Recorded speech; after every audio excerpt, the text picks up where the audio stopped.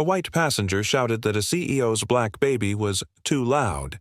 Minutes later, he was banned for life after the CEO bought the airline's shares, and what happened next will leave you speechless. He yelled at a crying baby, shouting that your kind shouldn't even be allowed to sit here. Subscribe if you believe no innocent voice should ever be silenced by hate. The engines of Flight RZ-918 began their low, rumbling growl as the aircraft pulled away from the gate, and the cabin lights flickered briefly before stabilizing. The cabin's filtered sunlight painted golden lines across the seats, casting gentle warmth over Malik Grant's calm face. He shifted slightly, adjusting the soft blue blanket over his infant son, Caleb, who nestled peacefully in his arms. The baby cooed, letting out a soft giggle as he tugged playfully at Malik's tie. Malik smiled faintly, brushing the child's tiny fingers away, his mind temporarily distant from boardrooms and corporate strategy decks. For a moment, everything felt still. Malik was in his early 30s, well-dressed but understated, just a clean charcoal blazer over a pressed white shirt, the kind of quiet confidence that didn't need to announce itself. He wasn't traveling today as the CEO of Virion Dynamics, one of the fastest-growing logistics AI companies in the country. He was simply a father, flying home with his baby after attending a tech summit in New Ralden. His objective was simple: get home safely, keep Caleb calm, and avoid drawing any attention. But tension, like turbulence, often arrives uninvited. Across the aisle and one row up, Leonard Kane sat stiffly in his seat. Late 40s, stocky build, his salt-and-pepper hair combed back with a rigidness that matched his posture. His dress shirt looked crisp but tight around the collar, as if formality mattered more than comfort. Leonard glanced sideways at Malik and Caleb, his eyes narrowing with each joyful sound the child made. A flicker of disdain crossed his face as Caleb squealed again, unaware of how his laughter bothered the man seated nearby. Malik caught the look, sharp, fleeting, but unmistakable. He chose not to react. Instead, he bounced Caleb gently on his knee, whispering, "Just a little longer, buddy. Then we fly home." His voice was calm, but alert. He'd felt this atmosphere before, an uneasiness that settled around people who didn't know how to hide their prejudice. As the plane taxied forward, passengers busied themselves, adjusting seatbelts, securing carry-ons, flicking through safety cards. The hum of idle conversation faded under the captain's announcement, followed by the flight attendant's rehearsed instructions. Malik leaned back into his seat, placing Caleb against his chest. The baby yawned and whimpered softly, clutching a corner of the blanket. The cabin's white noise was broken by a single, low mutter. Leonard's mouth barely moved, but Malik saw the scowl deepen. The words didn't reach across the aisle clearly, but the tone was unmistakable, irritation edged with something more bitter. Malik didn't respond. He'd spent a lifetime choosing which battles were worth fighting and which moments called for restraint. As the plane began to lift, Caleb's discomfort grew. His tiny face scrunched in confusion. The changing air pressure was unfamiliar, frightening. He let out a soft cry, high-pitched, then louder. Malik adjusted the blanket again and whispered into his son's ear, gently rocking him in an effort to soothe the pressure. "It's okay, I've got you," he murmured. That's when the voice came, cutting, sharp, and loud enough to silence a dozen rows. "Can someone shut that baby up already?" The words dropped like a weight in the middle of the cabin. Conversation stopped. Heads turned. Even the flight attendant halfway down the aisle paused mid-step. Malik froze. His muscles tensed, but he didn't look up right away. He focused on Caleb, whose soft cries had now been drowned out by the sudden hostility. Malik's gaze lifted slowly. Leonard sat back in his seat, clearly unashamed, arms crossed, looking forward as if daring someone to confront him. His voice had been loud enough for everyone around them to hear, but not quite enough for the cockpit.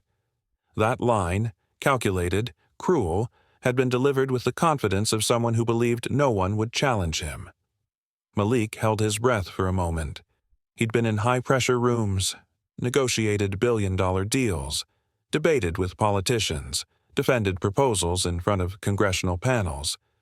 But somehow, this quiet cabin, this moment, this man, triggered something deeper. He looked toward Leonard. Before Malik could speak, Leonard added something else. "Your kind shouldn't even be allowed to sit with us." The sentence echoed across the cabin like a slap. There was no mistaking it, no muttering now. Every syllable was loud, deliberate, and drenched in hatred. A woman seated 2 rows back gasped. A man closer to the window shook his head and lowered his eyes. One of the attendants, startled by the escalation, began walking toward them, her face caught between protocol and disbelief. Malik slowly shifted in his seat. He placed Caleb's carrier down carefully, securing it with the seatbelt beside him. His movements were smooth, controlled.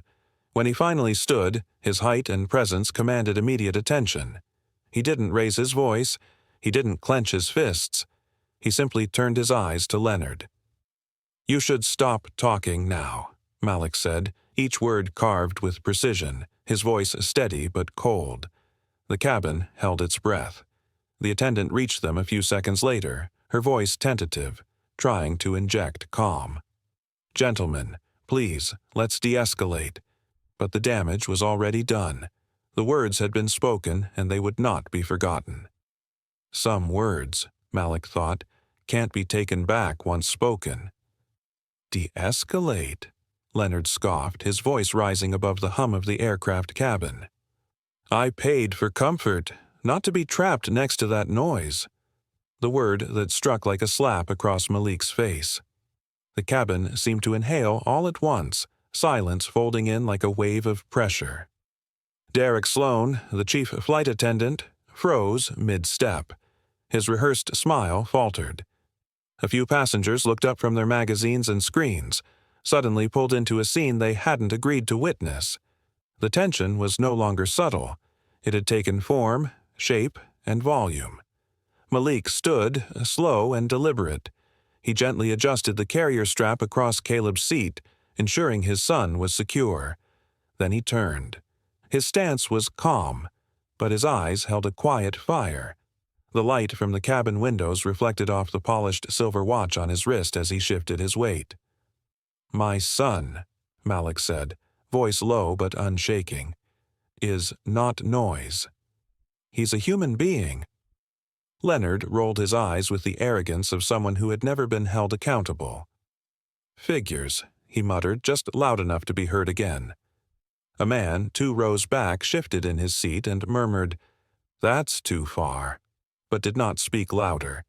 The passengers around them weren't ignoring the situation anymore, but they weren't intervening either. It was the kind of discomfort people preferred to watch from a distance. Derek took a small step forward, clipboard still tucked under his arm, trying to recover control of the cabin. His voice, though soft, held an edge of anxiety. "Sir," he addressed Leonard, "we do have an open seat near the rear of the cabin." "I'd be happy to escort you there." Leonard leaned back in his seat and folded his arms, refusing to meet Derek's gaze. "No, I'm not the one who should move." For a moment, the plane felt smaller. The hum of the engine pressed in against the passenger's ears. Malik's jaw tightened. His breath came slow and measured as he returned to his seat. He did not trust himself to speak again. Not yet. Caleb stirred softly, his tiny fingers twitching in sleep, unaware of the hate brewing inches away from him. Derek looked between them, visibly unsure of what to do. "Mr. Grant, I understand your frustration," he began, "but if we could all just remain calm, we can get through the flight without further incident." "Calm?" Malik repeated, glancing up at the attendant. His voice wasn't raised, but it carried weight. "You're asking me to remain calm after what he just said?" Derek faltered, his eyes scanning the cabin for support, but the other attendants had retreated toward the galley. This wasn't in the handbook. He tried to speak again, but Malik had already turned away, staring forward in silence. His restraint was armor, but that armor was beginning to dent. Across the aisle, a passenger with earbuds discreetly removed one and reached into his jacket. A small phone glinted in his hand as he adjusted its camera toward Leonard and Malik. No one noticed. Or rather, they pretended not to. The man's expression remained neutral, but his thumb tapped record. Leonard shifted in his seat and let out a frustrated sigh. It's always the same. We're the ones who have to accommodate them, he grumbled, more to himself than anyone else, but loud enough. Malik didn't turn, didn't react. But inside, something broke. His objective, once to travel home peacefully, had changed. He no longer wanted this flight to pass quietly. He wanted proof. He wanted consequences. He wanted the mask of politeness to slip, not just from Leonard's face but from the system that allowed men like him to speak unchecked. Derek, sensing the atmosphere thickening again, tried one last time. "Mr. Grant, I'll make sure you and your son are comfortable for the rest of the flight." "If you'd like to file a report when we land," Malik cut him off with a steady glance. "File a report?" he said, half a whisper. "You think this ends with a form?" Derek opened his mouth but found no reply. Outside the window the clouds drifted by, indifferent. Inside, the cabin settled into a cold, uneasy quiet. Malik leaned back, his thoughts racing. His mind had already begun to calculate the witness accounts, the corporate procedures, the legal angles. He wasn't thinking like a passenger anymore. He was thinking like a strategist. From the corner of his eye he saw the passenger with the phone nod slightly at him. A silent alliance formed in that glance. The truth was being documented now, whether the airline liked it or not. Derek stepped away slowly, defeated by the weight of his own inaction. Malik reached down and adjusted the edge of Caleb's blanket. The baby stirred, then fell still again, lips parted in gentle sleep. Malik exhaled and whispered under his breath, as if to his son, or perhaps to himself. "Every mask of civility," he thought, "cracks when truth starts recording." Leonard Kane rose from his seat like a thundercloud breaking open mid-flight. "Disruptive passengers," he bellowed, loud enough for heads to turn. "An unfair privilege. Of course, that's what we're dealing with now." His voice was heavy with derision. Each word spat like a challenge across the narrow aisle. The plane, already tense from earlier exchanges, seemed to hold its breath. Malik Grant didn't look up immediately. Caleb was still asleep in his arms, one tiny hand curled against his chest, his breathing soft and rhythmic. The innocence of it only sharpened the sting of Leonard's outburst. Malik's fingers tightened slightly on his phone as he forced himself to maintain composure. He had promised himself he would not be provoked.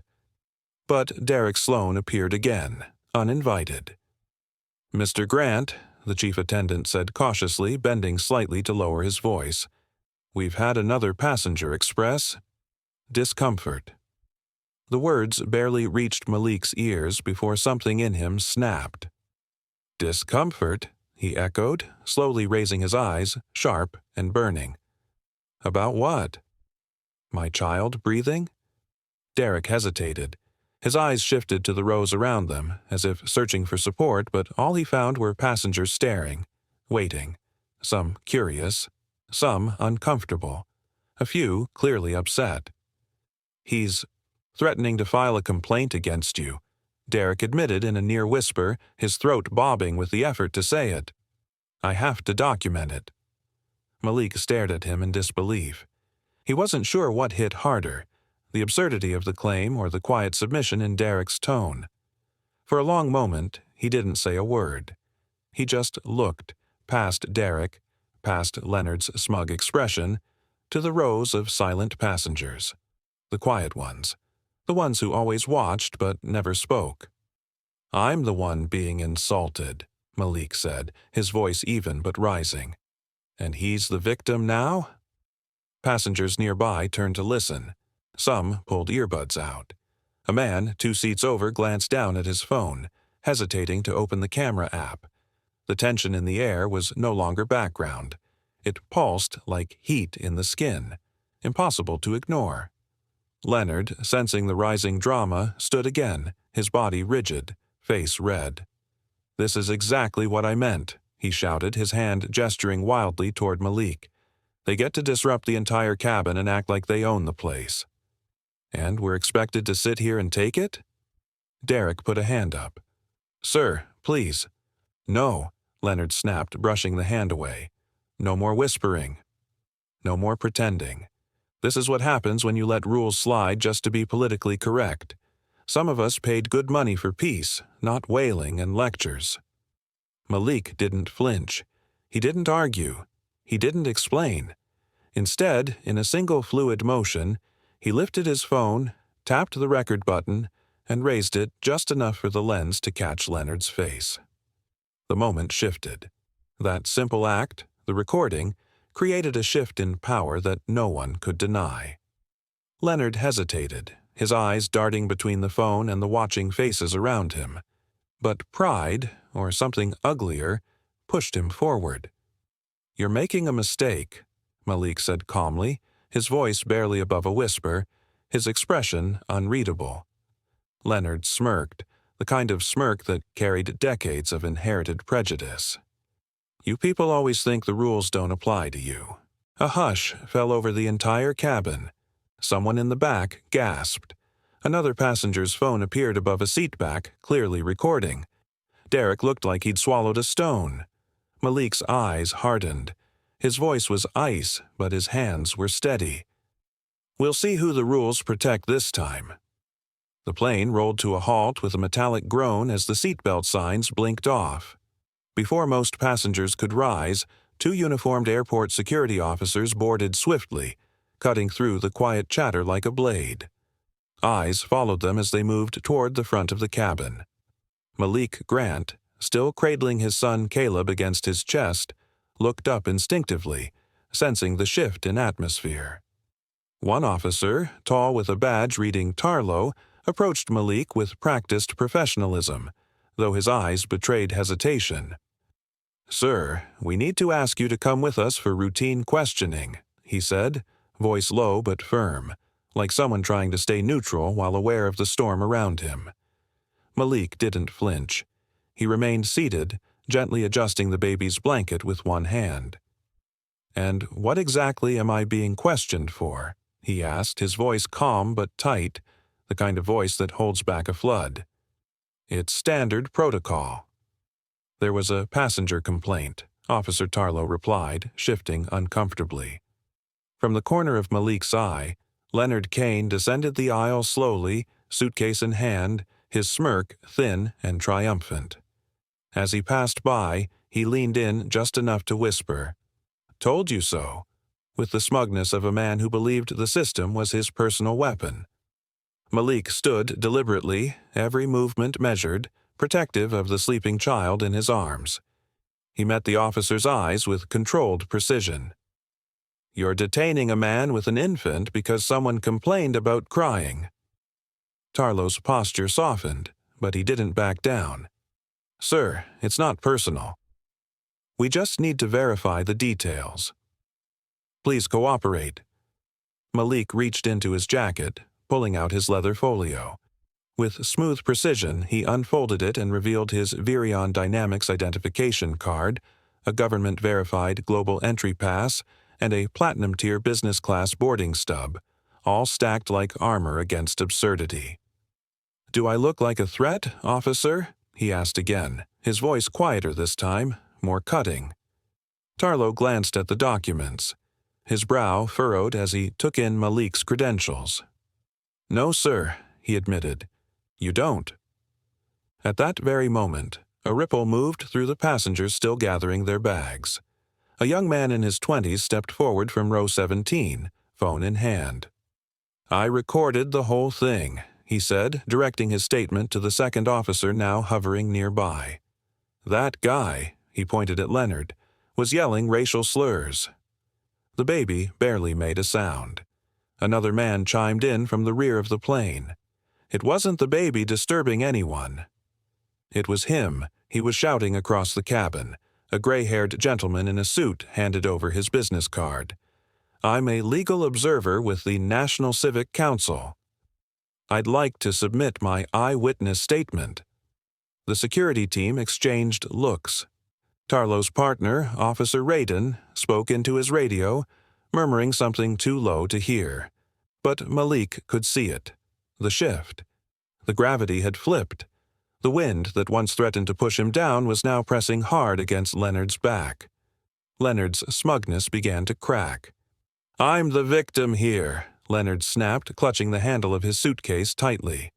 "I was harassed by a screaming child and his father." His voice faltered when he realized how it sounded out loud. A few passengers scoffed audibly. Malik didn't say a word. He simply stood in place, holding Caleb close while the officers began to circle around Leonard instead. "Sir, can we speak with you over here?" Officer Radin gestured to Leonard, his tone shifting from passive to professional scrutiny. Leonard blinked. "What? Why?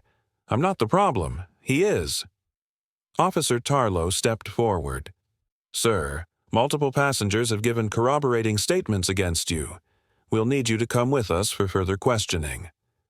Leonard's face flushed red. "You're arresting me now." "For what?" The lead officer's response was clear and sharp. "For harassment and disorderly conduct." The suitcase in Leonard's hand dropped with a muted thud. Passengers watched silently, some whispering, others recording discreetly. A few nodded to Malik as if offering apology through gesture. The tide had turned, not because Malik fought louder, but because his restraint had revealed the ugliness of Leonard's behavior.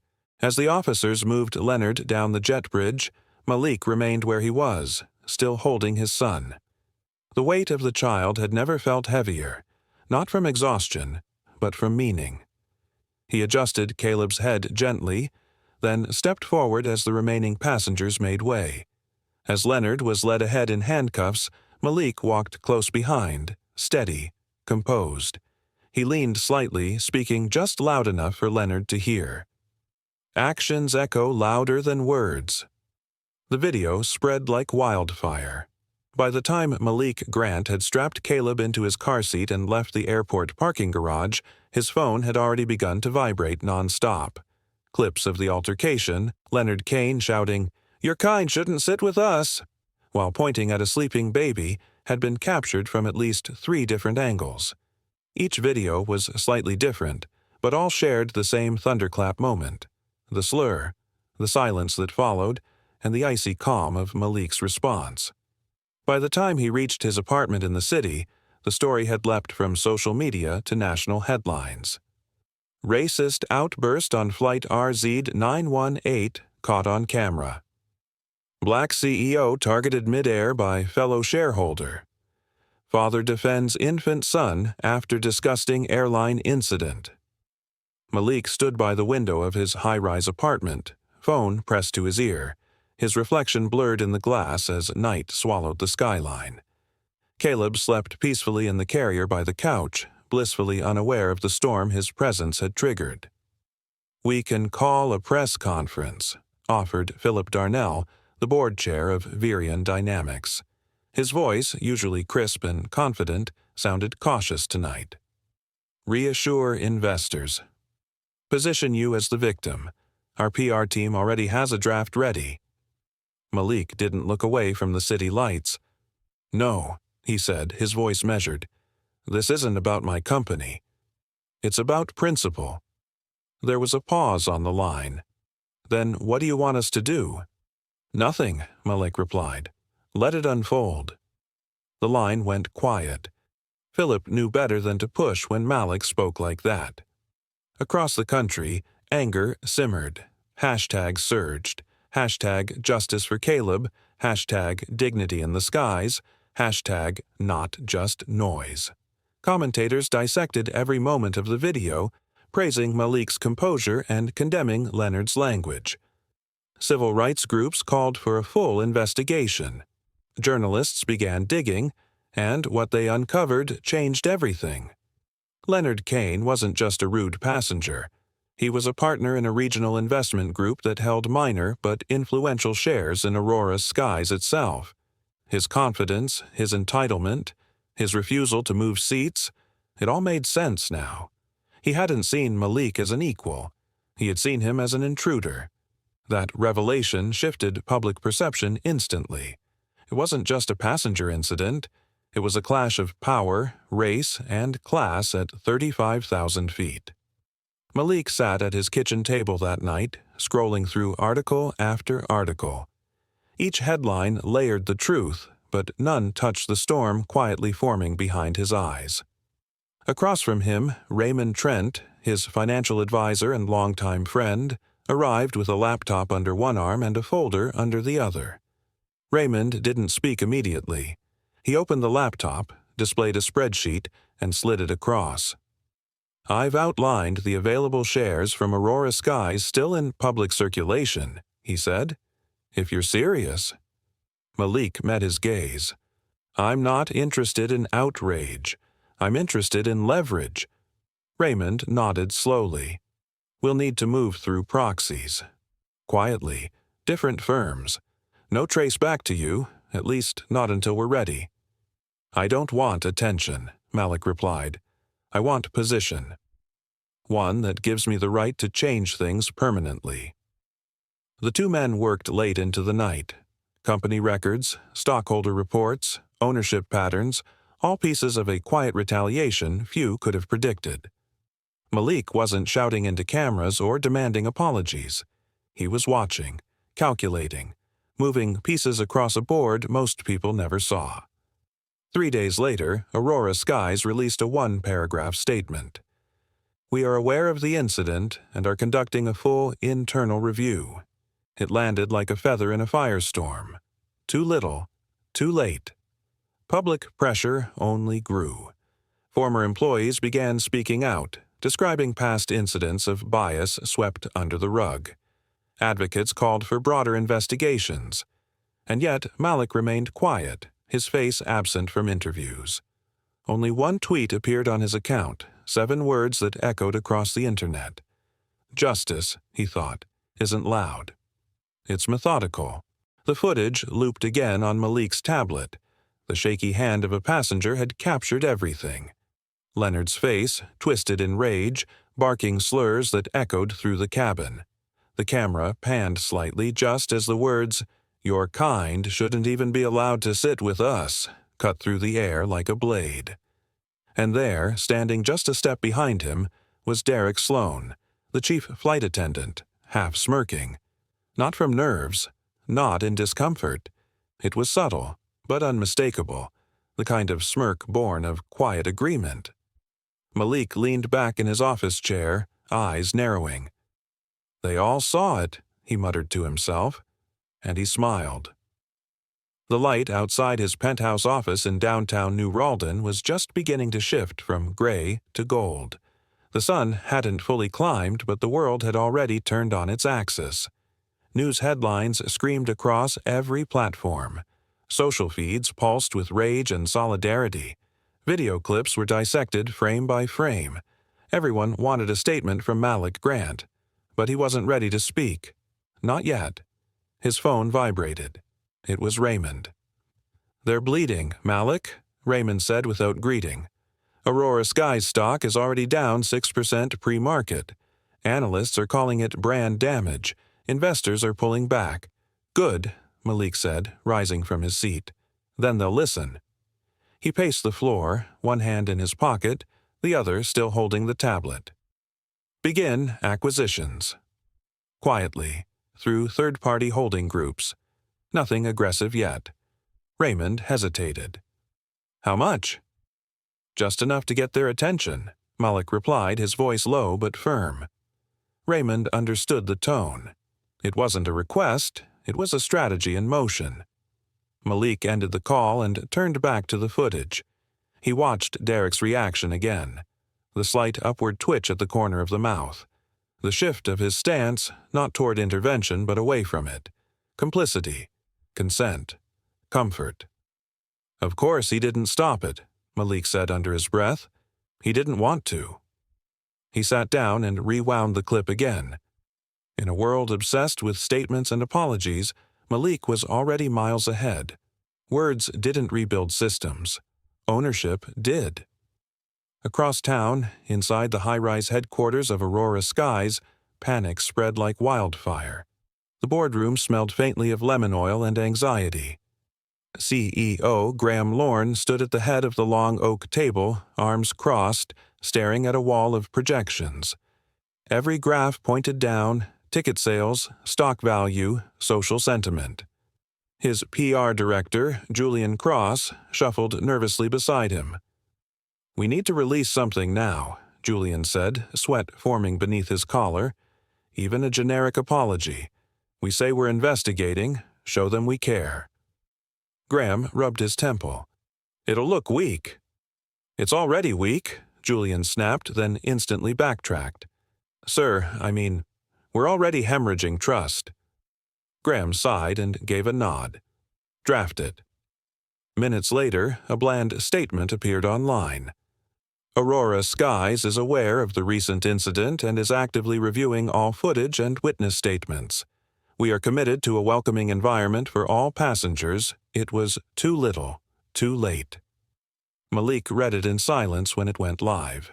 He didn't even blink. "They still think this is just a PR fire," he murmured. Back in his study, Malik opened a secure folder labeled AS Holdings. He began mapping out the acquisition network with cold efficiency. Every name, every route, every loophole in the market was plotted with precision. The goal wasn't to sink the company. The goal was to steer it. 2 hours later, he met with Raymond in person. "We'll start with 20 independent fronts," Malik said, pointing at the screen. "No direct links to my name or Virion Dynamics. Make sure each holding seems disconnected. Shell firms, quiet trusts, legacy accounts." Raymond nodded, taking notes. "And how much equity are we targeting this week?" 2% by Friday, Malik replied. "Slow enough not to trigger alarms." Raymond tapped the pen against his chin. "You think they'll notice?" Malik looked at him, expression unreadable. "I want them to. I want them to start asking questions." He paused, then added, "Just not the right ones yet." As the meeting ended, Malik returned to the footage one last time before powering off the screen. The image of Derek's smirk lingered in his mind, not because it was the worst part, but because it was the most revealing. People like Leonard shouted their hate, but people like Derek smiled at it. That, Malik knew, was the real disease. Later that evening, Malik stood alone in his dimly lit kitchen, a cup of untouched tea growing cold on the counter. Caleb slept in the next room, breathing softly. Malik listened to the silence. He pulled out his phone and recorded a voice memo, not for the public, but for himself. "They'll think this ends with a statement," he said quietly.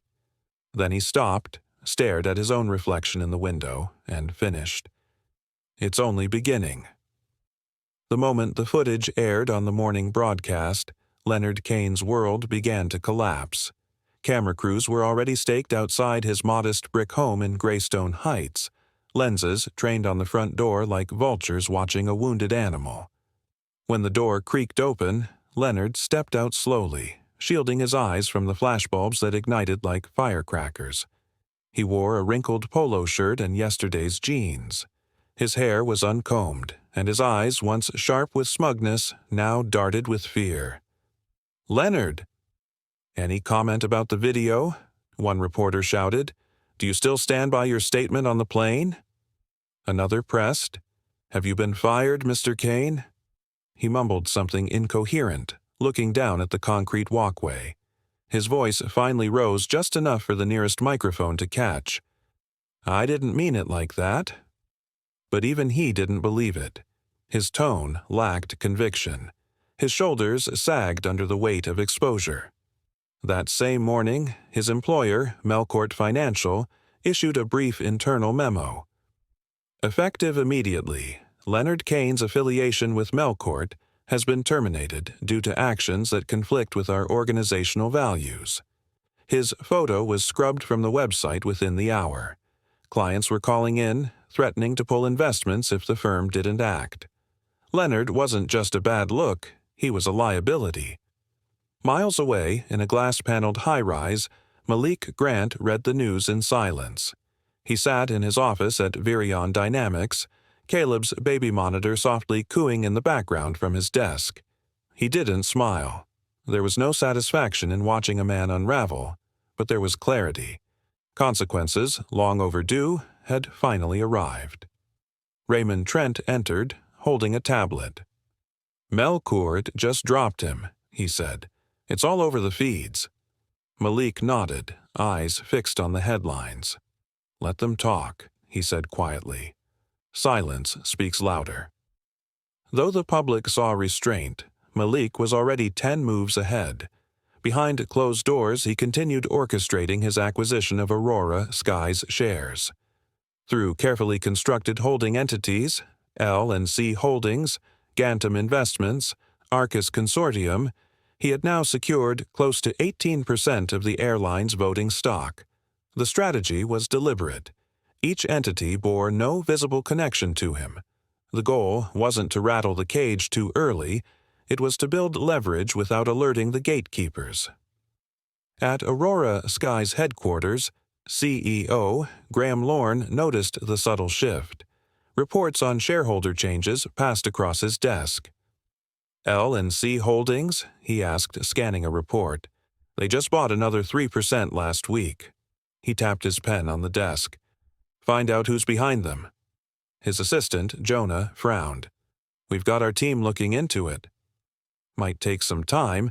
It's a web of shell corporations." Graham leaned back, rubbing his temples. "It always is," he muttered. In public, Malik remained composed. He refused interviews. He declined TV appearances. The only statement he released was posted on his personal platform, white text on a black background. "Every insult is a mirror." Some reflect hate, others reflect truth. The choice is yours. It spread like wildfire, retweeted, shared, quoted on late-night shows.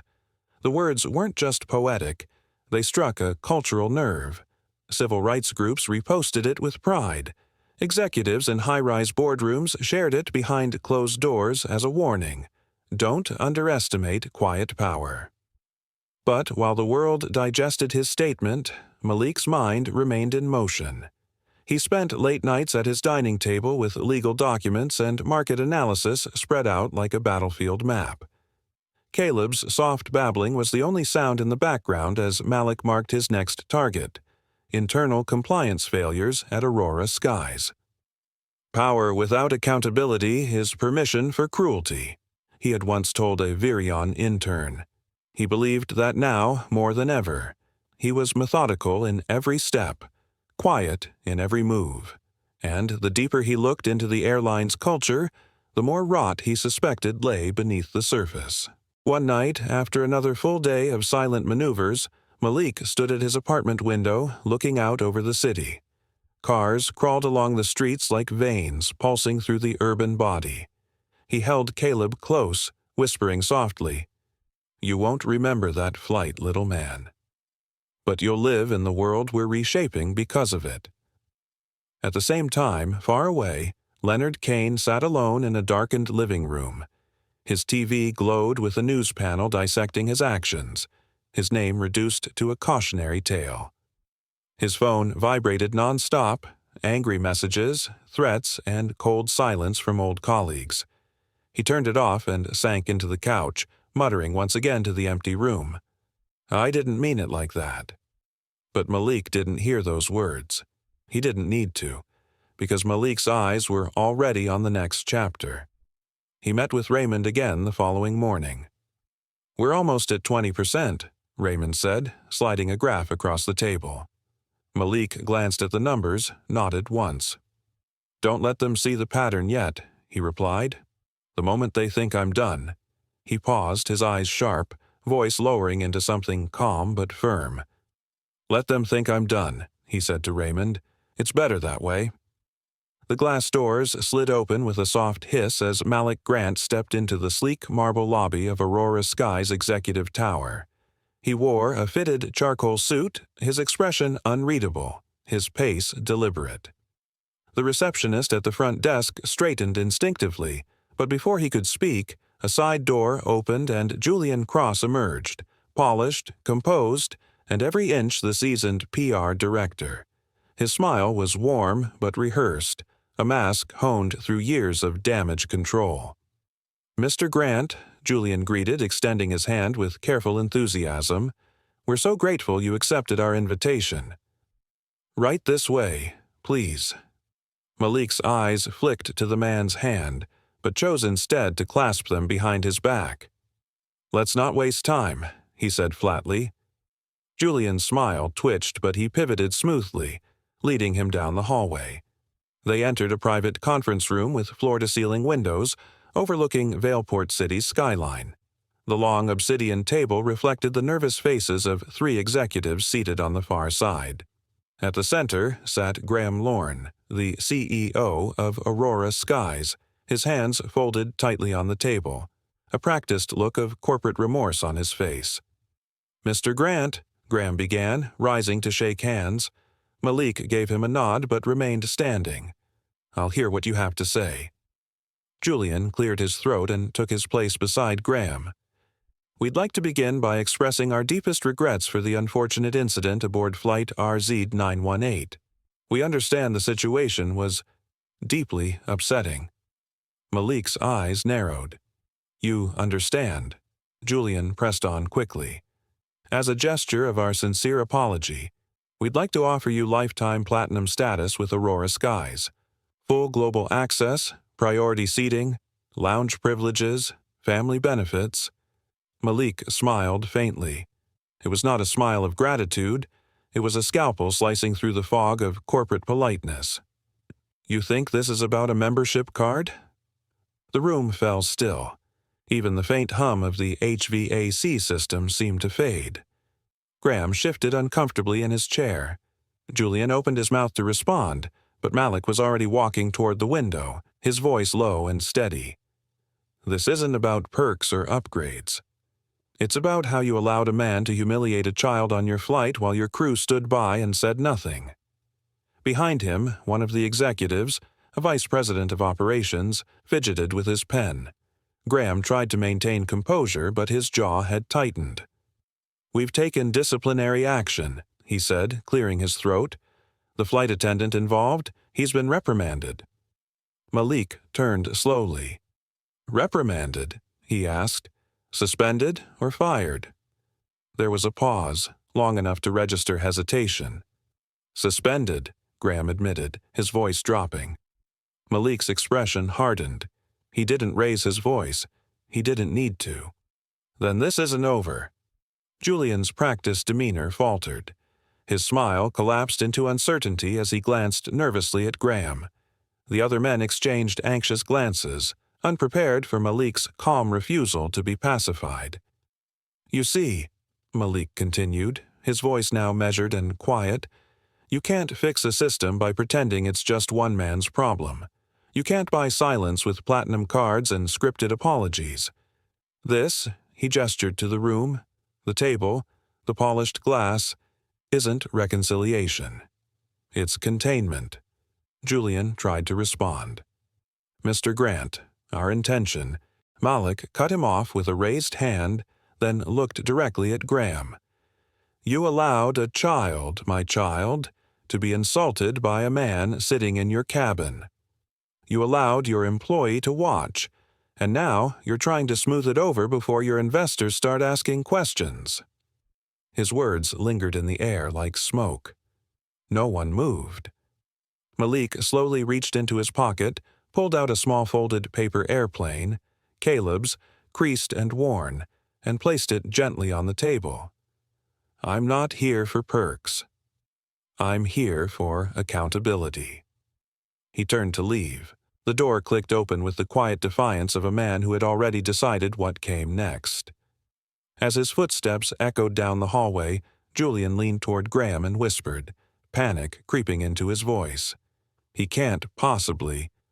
The elevator doors slid open with a soft chime as Malik stepped out onto the 18th floor of the sleek glass tower in downtown Vailport. The office belonged to one of the financial holding firms quietly managing his latest acquisitions. Raymond Trent was already inside, sleeves rolled up, hunched over a polished walnut desk cluttered with reports, transaction logs, and a steaming cup of coffee that had gone cold. Without greeting, Malik walked straight to the windows, gazing out at the horizon, where jets from Aurora skies dotted the blue sky like specks of irony. "They're still flying high," Malik said, not turning around. Raymond nodded, sliding a folder across the desk. "But their wings are thinner than they look. With today's acquisition, we've reached 34.1%. Still no public awareness. Your name hasn't hit a single shareholder list." Malik finally turned, his face unreadable. "Good. Let them feel safe. Safe people are sloppy." For weeks now, Malik had orchestrated a campaign of silent control, buying Aurora Sky's stock through a web of proxies and shell entities, all legally sound, all invisible to the untrained eye. On paper, L&C Holdings, Stratix Ventures, and Requiem Capital were just names, harmless, diversified funds. In truth, they were Malik's mask. The media frenzy had begun to cool after Leonard's public disgrace. The viral clips had done their job, but Malik never celebrated. Public shame wasn't his goal.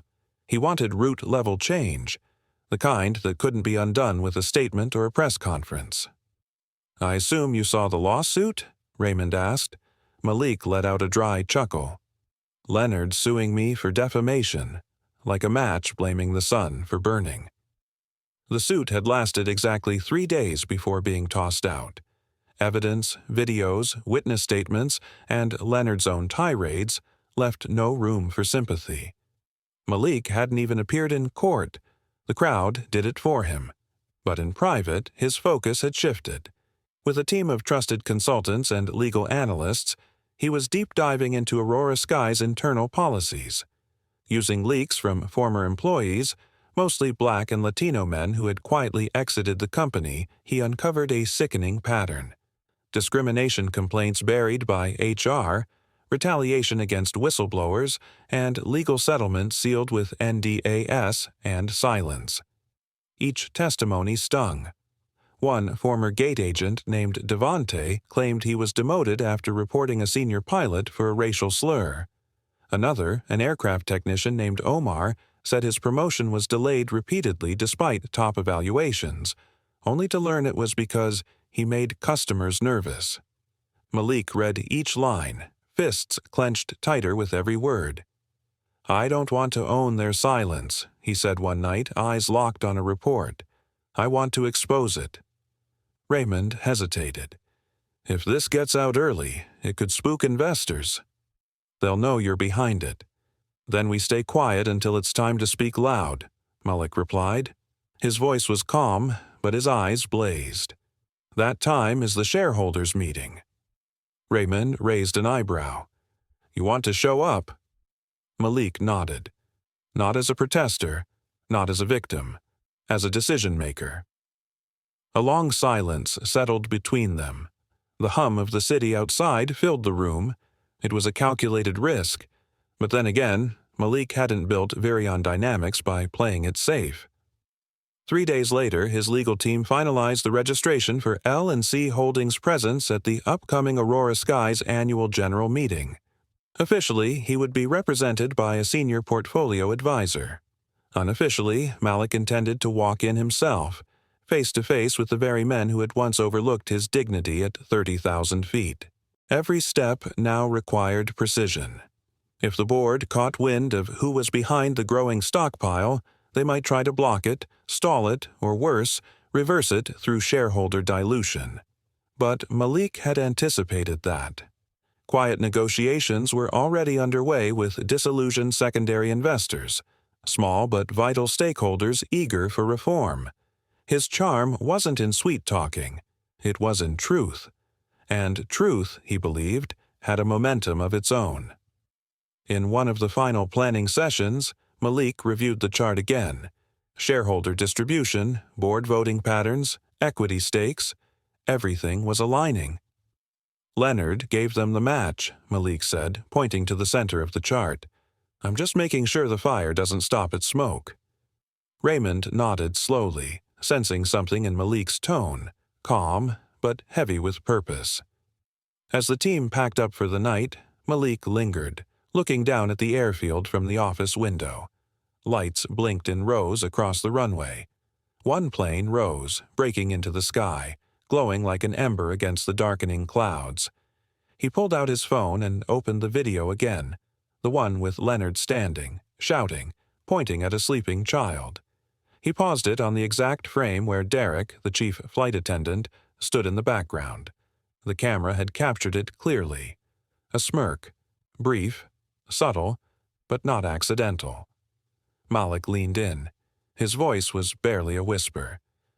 So you were comfortable with it too. Outside, thunder rumbled in the distance, soft but rising. It wasn't just about Leonard anymore. It never had been. The system hadn't failed him by accident. It had failed by design. And now, piece by piece, Malik was rewriting that design. He closed the video, turned off the lights, and made his way to the elevator. They'll see my face when it's too late, he told Raymond the next morning. Justice has perfect timing. The doors swung open with a soft but definitive thud that echoed through the high-glass boardroom. Heads turned in unison. Suits shifted in their leather chairs, whispering halting mid-sentence. The air conditioning hummed softly in the background, but the temperature in the room seemed to drop several degrees. A hush fell over the shareholders' meeting as Malik Grant stepped in, not with security, not with fanfare, but with purpose. In one hand, he carried a sleek black folder, unmarked except for a thin silver clasp. In the other, nestled between his fingers, was a small toy airplane, worn at the edges, its blue paint chipped from use. It was a quiet symbol, but unmistakable. A reminder. A message. Graham Lorne, the CEO of Aurora Skies, went rigid in his chair. He blinked once, then again, as if trying to convince himself the man standing in front of him was an illusion. "Mr. Grant," Graham said, voice barely above a whisper. Malik's expression was composed, unreadable. He stepped forward with the calm of a man who already knew the outcome. "Correction, Major Shareholder Grant." He didn't wait to be invited. He took the seat reserved for new representation at the head of the long oak table, placing the toy plane carefully beside the microphone. His folder rested neatly in front of him. The other board members exchanged uneasy glances. Some recognized him instantly, others needed a moment. But all had seen the viral video. All had read the articles. All knew that name. Julian Cross, the PR director, tried to smile. "We weren't expecting—" "No," Malik said sharply, cutting him off with a single word. His voice wasn't raised, but its clarity sliced through the air like a scalpel. "You weren't." He opened the folder slowly, deliberately. The papers inside weren't showy, just clean printouts, neatly clipped together, annotated in blue ink. "Let's discuss accountability," Malik said, meeting the eyes of each man at the table. He turned to the AV technician standing nervously near the wall. "Screen, please." The technician scrambled to life, fumbling for the remote. The projector came alive with a low mechanical buzz, casting the first slide onto the wall-sized screen. Incident reports. Internal bias complaints. 2018 to 2025. Malik began. No theatrics, no emotion, just facts, numbers. Names redacted for privacy, but stories unblurred. Line after line of staff complaints buried under internal review. Dozens of customer grievances settled with generic email responses. Patterns of discriminatory hiring flagged by HR and ignored by management. A side-by-side comparison of demographic statistics showing sharp imbalances between ground crew, flight staff, and executive roles. "These are not outliers," Malik said, voice steady. These are operational habits. The screen changed again. A breakdown of passenger satisfaction scores, disproportionately low among non-white travelers, testimonies from former employees, anonymized but chilling in their consistency. One slide paused longer than the rest. We were told not to escalate complaints involving difficult customers. The word difficult always meant black. Some board members shifted uncomfortably in their seats. Julian cleared his throat but said nothing. Then Malik's eyes fell on Graham. "You don't have a PR problem," he said, pointing a clicker at the next slide, where a heat map of incident cover-ups glowed red across major U.S. hubs. "You have a moral one." The room fell still. Graham straightened his tie, clearing his throat. "Mr. Grant, Malik, surely you understand how complex these matters are. There are legal channels, protocols." "There were," Malik interrupted. "You had time for that. What you didn't have time for was reflection." Until now, Julian leaned forward, trying to pivot the tone. "We're deeply sorry for what happened to you, Mr. Grant, and to your son. We've already offered a formal apology and—" "This isn't about me," Malik said, his tone suddenly sharper, like flint striking stone. "It's about every person who sat on your planes, humiliated or silenced, while your company smiled through press releases." He let the silence stretch. No one moved. Then he slowly stood, closing the folder with a soft click. He didn't raise his voice. He didn't need to. "I am not here for compensation," Malik said. "I'm here because this board represents a company entrusted with the safety and dignity of millions, and it has failed." He picked up the toy plane from the table and held it up, its tiny wings glinting under the boardroom lights. "My son held this when he was insulted in your cabin. When he was called less than human. That's not a customer complaint. That's a human rights violation." One of the executives tried to interject, but Malik raised a hand, firm, commanding. "This company's future will be decided one of two ways," he said slowly, "with your cooperation, or under new ownership." The air in the boardroom turned heavy the moment Malik Grant finished speaking. His words didn't echo. They lingered, sharp and precise, like a scalpel cutting through pretense.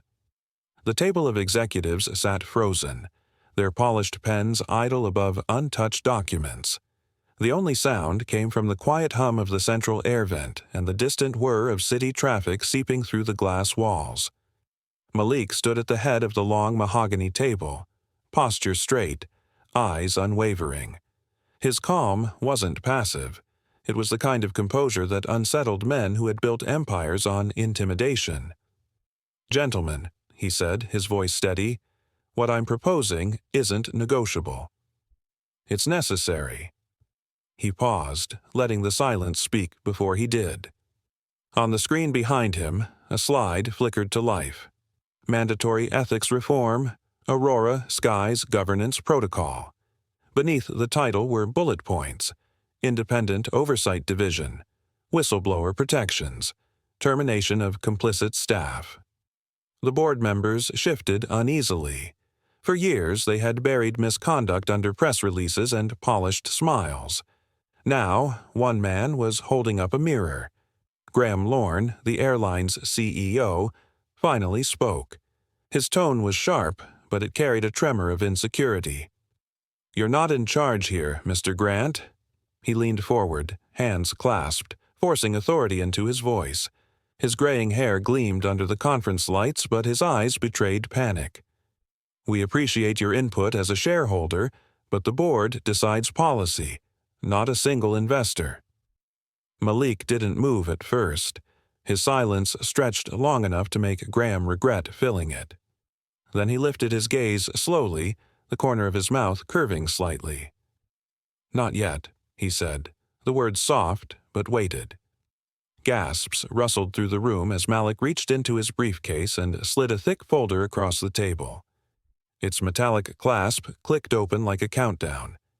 Inside lay signed documents, pages stamped, sealed, and notarized. The company's legal counsel, a bespectacled man named Harold Trent, hesitated before pulling the file closer.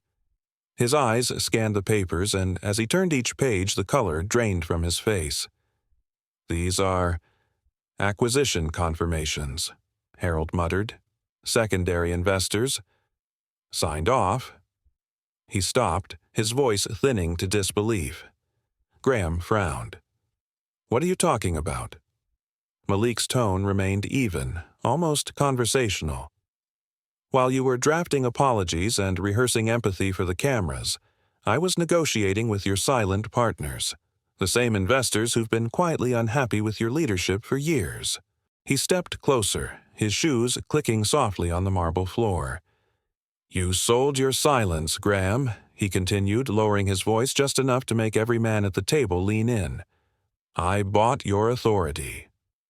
The statement hit harder than any shout could have.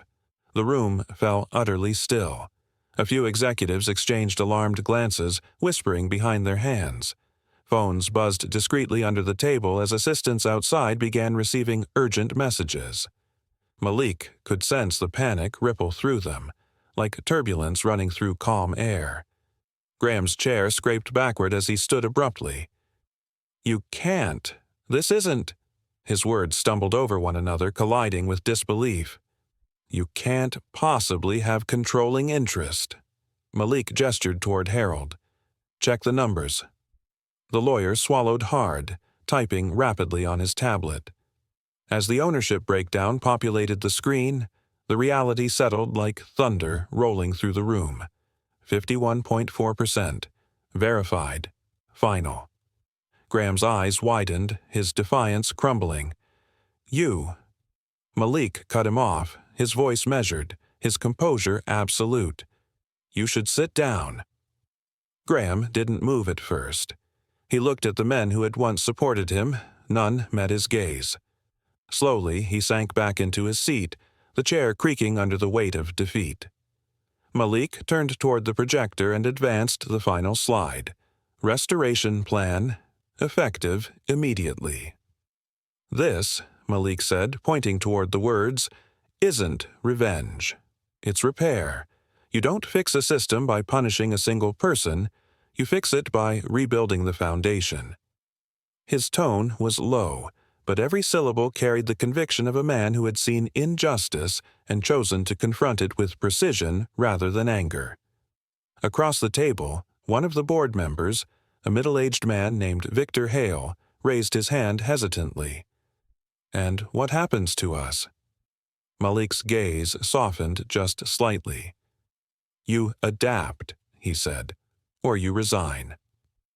The lights flickered briefly as a storm gathered outside, thunder rumbling in the distance. The irony wasn't lost on anyone. Inside, another storm brewed, quieter but far more permanent. Malik walked to the window, overlooking the city skyline as rain began to streak down the glass. "You've hidden behind statements and denials," he said without turning. "But today marks the beginning of transparency. Every report, every complaint, every voice silenced will be heard." For a long moment, no one spoke. Even Graham, who had once commanded every room he entered, sat wordless. Malik turned back, his phone vibrating quietly in his jacket pocket. He glanced down at the screen. A single message from Raymond Trent flashed across the display. "Control confirmed." Malik exhaled slowly, feeling the tension that had gripped his chest for months begin to loosen. Around him, the boardroom buzzed with murmurs, half in shock, half in reluctant admiration. He gathered his documents calmly, the faintest smile playing at the corner of his lips. As he walked toward the exit, his reflection passed across the glass wall where his own image looked back at him. Stronger, sharper, but not vengeful. He paused briefly, his hand on the door, and spoke softly to no one in particular. "This isn't revenge. This is restoration." Outside, reporters waited beneath the rain, unaware of the quiet revolution that had just unfolded behind closed doors. Malik adjusted his cufflinks, the weight of victory resting not as triumph, but as responsibility. For the first time, he allowed himself a quiet smile. The same seat where they humiliated us, he thought, is now mine to reform. The white passenger humiliated a black family in first class, furious that the CEO's newborn was making noise. He had no idea the man he insulted owned part of the airline and was about to own much more. If you believe every act of discrimination must be answered, hit subscribe now. Justice starts here. The headlines erupted like sparks in a dry field. Black CEO takes majority control of Aurora skies after racial incident. By nightfall, every major network and news site had plastered Malik Grant's face beside bold phrases like corporate takeover and poetic justice. Pundits debated if his actions were a masterclass in corporate strategy or a reckoning long overdue. Malik watched none of it. He stood in the center of the Aurora Skies executive briefing room, sleeves rolled up, tie loosened, eyes fixed on the large whiteboard that now displayed his list of immediate reforms. Around him, his newly appointed transition team, diverse, alert, and determined, waited for instruction. The tension in the room wasn't panic, it was anticipation. Malik pointed to the first bullet. Reinstate all whistleblowers and wrongfully suspended staff within 48 hours. He turned to one of his aides, Elias Monroe, a sharp and quiet legal mind. Cross-check every suspension record with the HR whistleblower registry, Malik ordered. I want names, dates, and follow-up actions. No exceptions. Elias nodded. Understood. Next, Malik shifted to the second point. Launch a company-wide whistleblower program. Make it anonymous.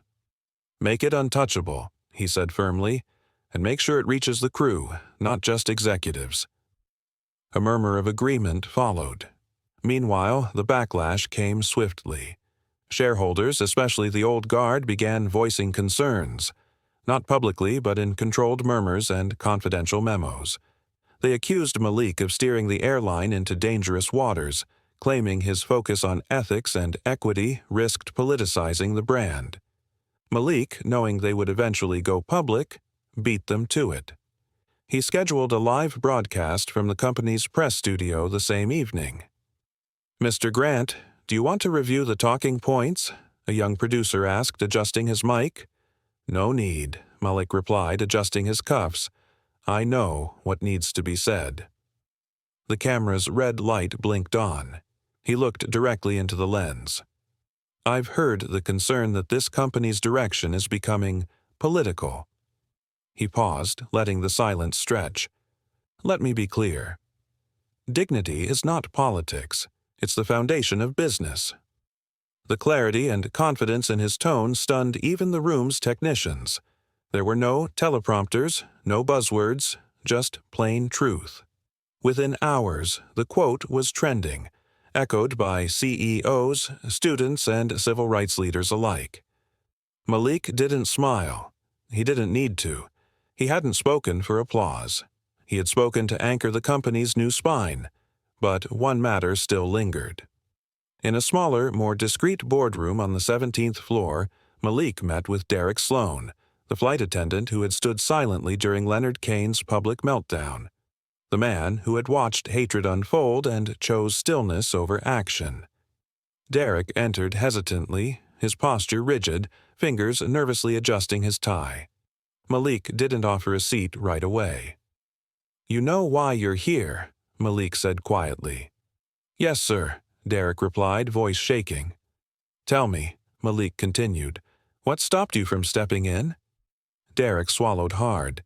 I was scared. I didn't want to escalate things. I thought if I just stayed neutral, it would resolve. Malik studied him for a long moment. The silence that followed wasn't meant to punish. It was space for truth.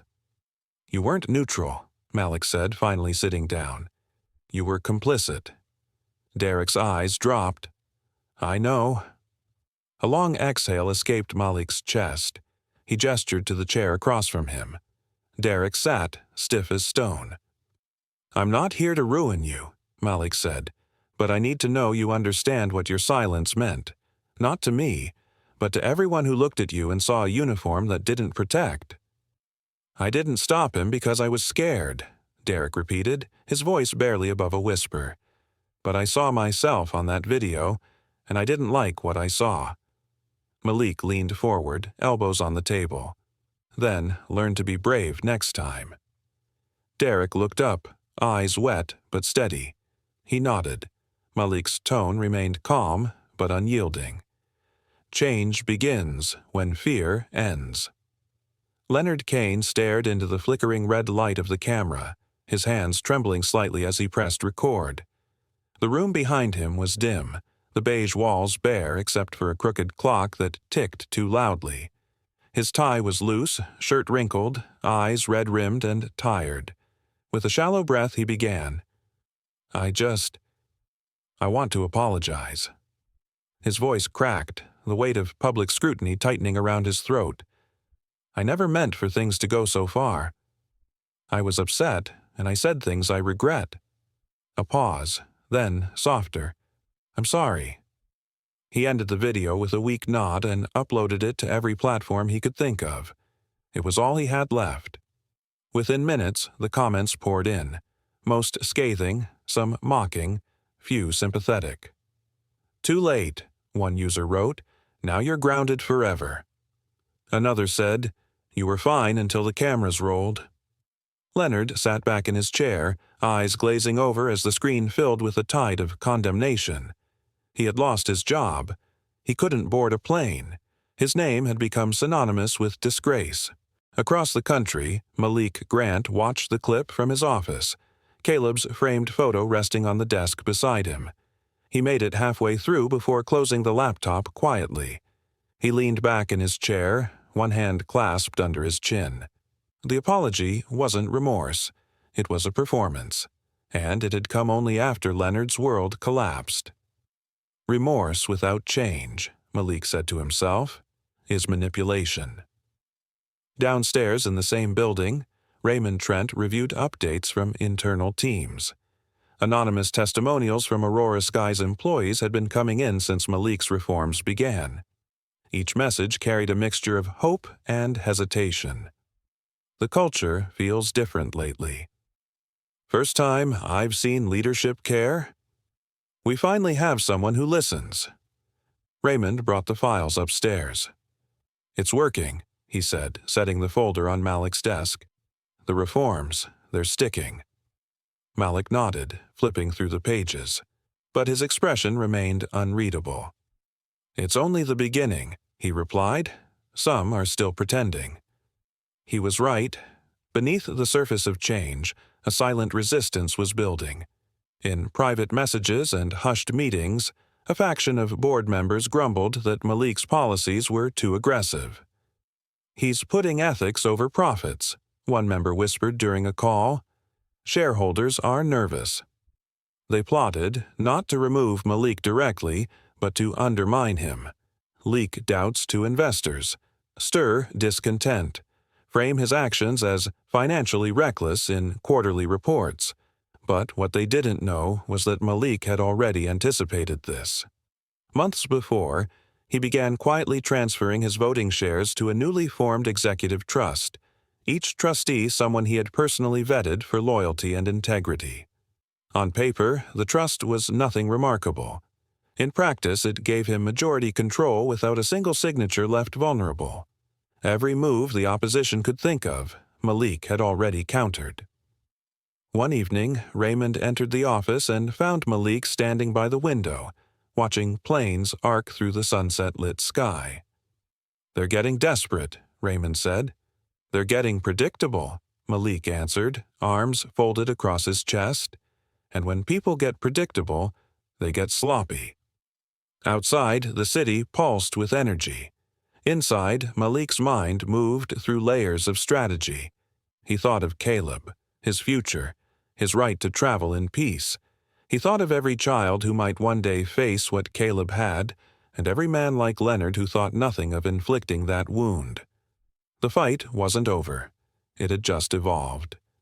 He returned to his desk, pulled open the drawer, and took out a slim black folder marked Phase 3. Raymond noticed it, but said nothing. He'd learned long ago that Malik didn't open folders until he was ready to act, and when he did, change followed. Before closing for the night, Malik reviewed one last shareholder briefing. His reforms were already showing promise: customer satisfaction up, discrimination complaints down, staff engagement at an all-time high. The numbers spoke louder than any tweet or press release. Still, a nagging thought remained in the back of his mind. One final act. One irreversible policy that would make sure what happened on that flight could never be repeated. Not by Leonard, not by anyone. He turned to Raymond. "They think they can wait me out." Raymond raised an eyebrow. "Can they?" "No," Malik said with quiet certainty, "because every move they predict." He let the words hang, almost as if he were savoring them. Then, softly, he finished the sentence like a vow. "I've already played 3 turns ahead." Leonard Kane's name was the first to be printed, bold, permanent, and unignorable on the new passenger integrity ban list released by Aurora Skies. 3 months after the incident that shook the airline industry and stirred a global conversation on in-flight discrimination, Aurora Skies, now under Malik Grant's majority control, had unveiled a sweeping international policy that caught the world by surprise.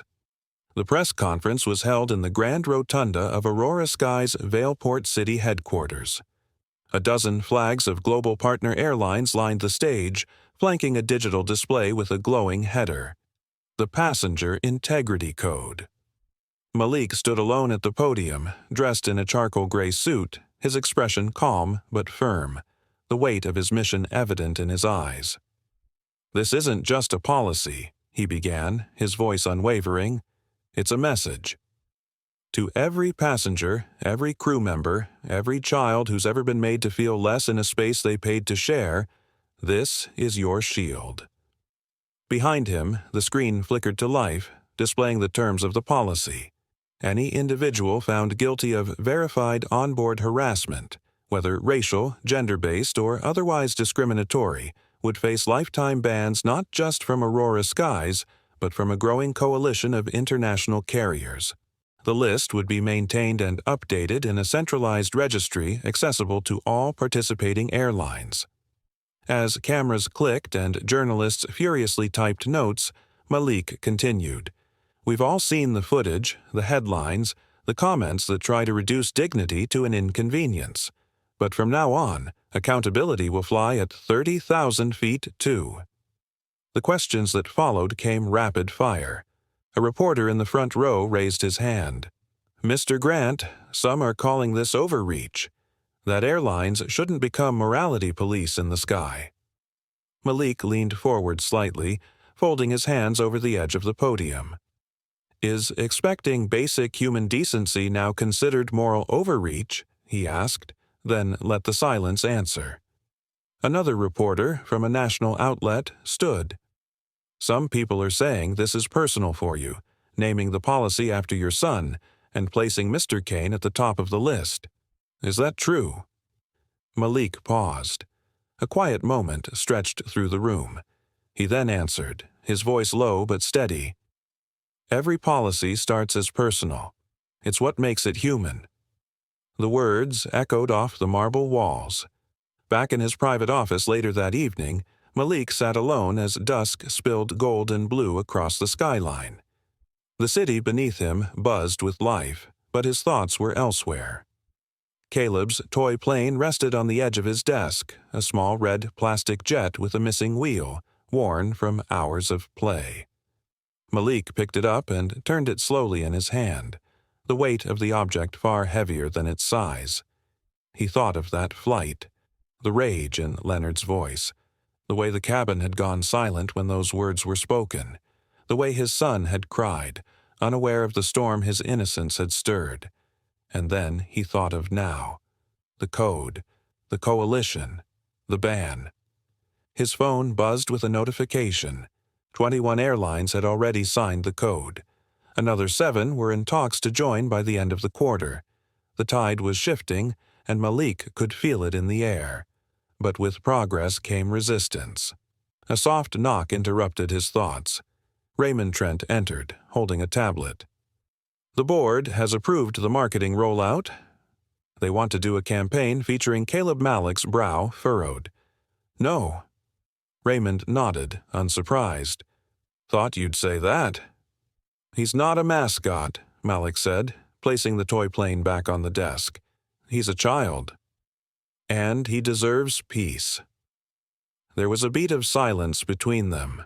Then Malik added, almost to himself, "He'll never know the fight behind his peace." Raymond placed the tablet down quietly and exited. Later that night, at home, Malik watched from the hallway as Caleb, now toddling on his own, moved his toy planes across the carpeted floor with excited coos. The boy's laughter was soft, innocent, untouched by the weight of what had been done in his name. Malik leaned against the wall, eyes damp but resolute. The television in the background played clips from the press conference. News anchors praised the policy, while others debated its implications. But none of it reached the little boy on the floor, who had already forgotten the world beyond the shape of his imagination. Malik's wife had passed years ago. Caleb had never known her, but sometimes when the light hit just right, Malik could see her smile in their son's eyes. That night, he stayed longer at the doorway, silently guarding the piece he had carved into existence. He turned off the light, leaving only a small night lamp glowing in the corner. Caleb yawned, curled around his stuffed animal, and drifted into sleep. As Malik closed the door behind him, the hallway quiet except for the hum of the house, he whispered to the stillness around him, "You'll never know the fight behind your peace." Leonard's letter was waiting for Malik on his desk, unmarked, handwritten, and folded with care that hinted at vulnerability. No return address, no typed signature, just a trembling scrawl at the bottom. Leonard Kane. Malik held it in his hand longer than he read it, his eyes scanning the words again and again, trying to make sense of what lay between the lines. It wasn't an apology in the traditional sense. Leonard didn't beg. He didn't deny. He simply admitted to the sickness that had shaped him, the inherited prejudice he once wore like skin. "I know I poisoned the air around me," one line read, "but I'm trying to breathe something different now."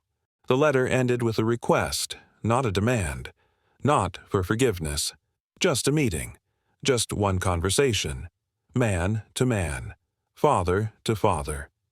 Malik didn't answer right away. Days passed. The letter remained on his nightstand, folded neatly, untouched but never far. His thoughts returned to it during morning walks, board meetings, even bedtime stories with Caleb. Eventually, one sentence looped in his mind like a quiet echo. Because forgetting is how this starts again. So he said yes. They met at a quiet airport cafe tucked between Terminals C and D, far from any main concourse, away from cameras, reporters, or curious eyes. The place was chosen intentionally. Not a boardroom, not a courtroom. Just two men at a simple table under dim yellow lights. Leonard arrived first. He sat hunched in a corner booth, his hands wrapped tightly around a coffee mug he barely sipped. His once polished look was gone. No pressed shirt, no smug air. Just a worn brown coat and eyes heavy with the weight of self-awareness. Malik stepped in, scanning the cafe before spotting him. Their eyes met. No handshake, no smile. Just acknowledgement. Malik slid into the seat across from him, the silence thick but not yet suffocating.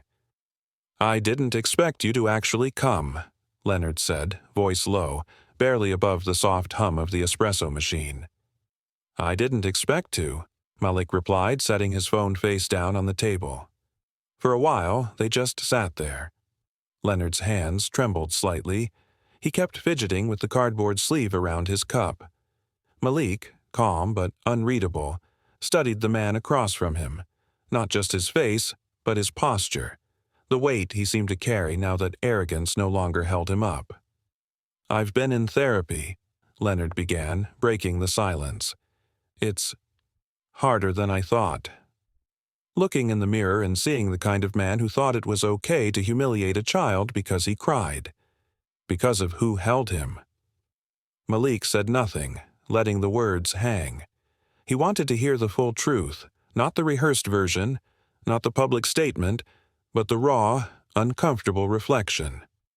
"I wasn't angry at the baby," Leonard continued. "I was angry at the world changing without me. Angry at seeing people like you, successful, respected, unbothered. And I let that rot in me become something I thought was strength." He shook his head, eyes glistening. It wasn't strength. It was cowardice.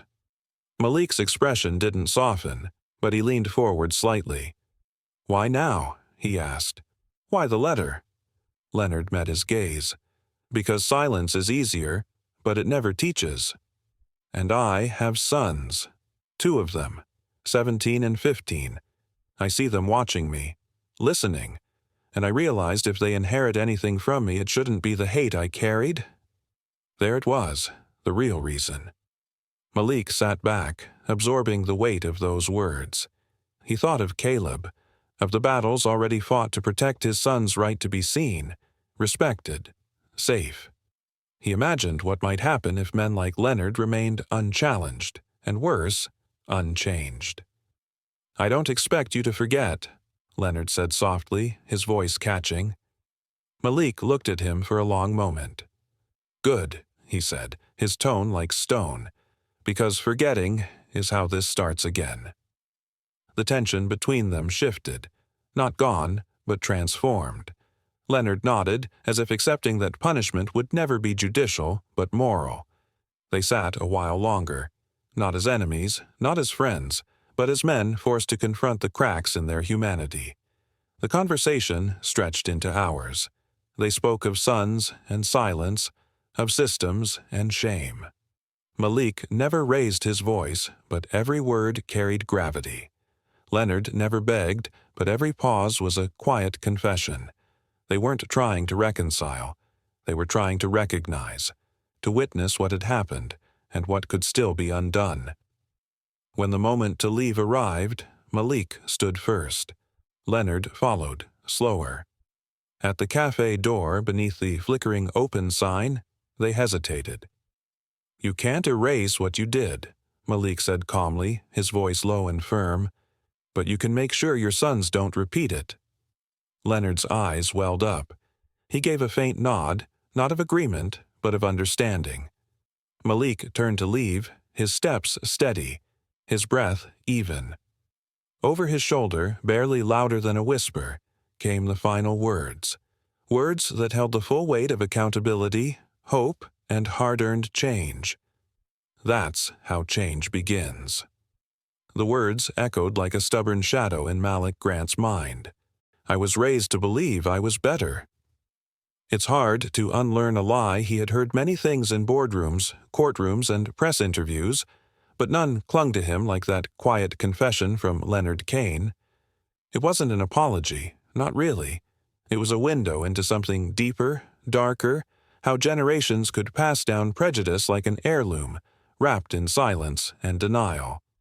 And for the first time in weeks, Malik found himself unable to shake the feeling that the battle he had fought aboard Flight RZ-918 was only a symptom. The real sickness was still seated silently in countless offices, lounges, and boardrooms.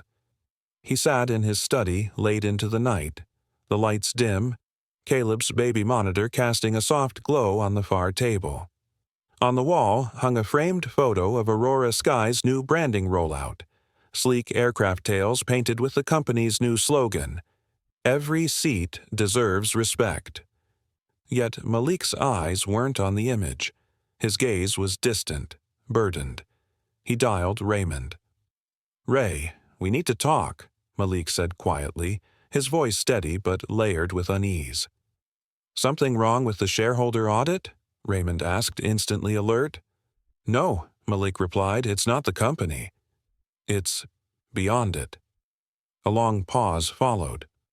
Leonard said something that's been eating at me, Malik continued. He wasn't just cruel, he was conditioned. And if one man like that can nearly derail an entire system, imagine how many others are still out there. Silent, smiling, hiding in plain sight. Raymond didn't answer immediately. He knew Malik wasn't the kind of man to speak without purpose. I want to build something, Malik said finally, a framework, a network, something that stretches across industries and forces institutions to look in the mirror. You're talking about expanding outside aviation? Raymond asked, his voice low. I'm talking about confronting silence everywhere it thrives. Airlines, banks, tech giants. This can't just be about planes anymore. By morning, the blueprint for Project Altus had already taken shape. Malik assembled a small team, analysts, ethicists, legal advisors, all male, each handpicked for their integrity, not their resume headlines. They met in an unmarked floor of a private tower in New Ralden, surrounded by thick glass walls and guarded access points. Every conversation felt weighty, not because of risk, but because of scale. The goal wasn't just accountability, it was transformation. We won't be an oversight group, Malik clarified at their first roundtable. We'll be a mirror. Companies will either fix what they see, or they'll explain to the world why they won't. He called in favors, activated networks, and used the very playbook that had helped him reshape Aurora skies, only now it was being rewritten for a far wider battlefield. Within weeks, Project Altus launched quietly but deliberately. Its first targets weren't scandals or headlines, they were silent contracts, buried complaints, diversity boards with no power, and training sessions created only to satisfy optics. The media took notice quickly. One article read, "From passenger to policymaker, the CEO who turned hate into reform." The headlines made for good storytelling, but Malik stayed out of the spotlight. He refused televised interviews, offering only one prepared quote to a journalist. "I'm not interested in being admired. I'm interested in being useful." At home, he remained unchanged. He still read bedtime stories to Caleb in the same soft voice, still walked his son through terminals on quiet Sunday mornings.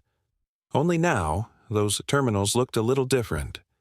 Digital posters lined the walls, each bearing a phrase Malik had once spoken at the shareholder meeting.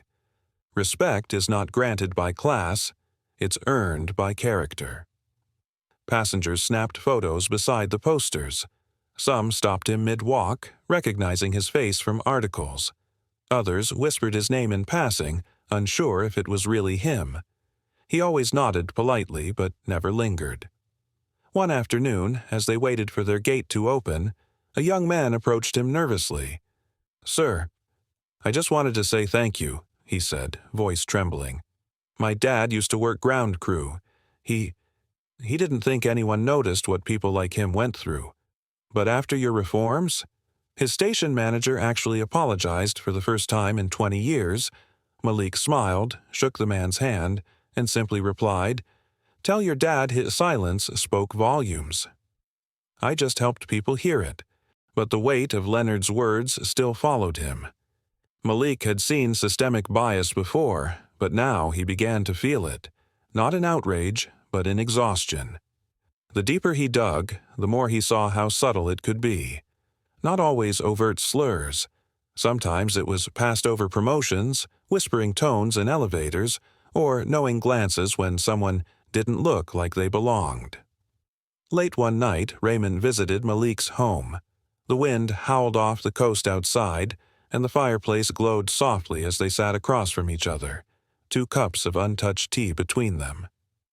"You're pushing hard," Raymond said gently. "Not hard enough," Malik murmured. "You're doing more than anyone else even dares to try."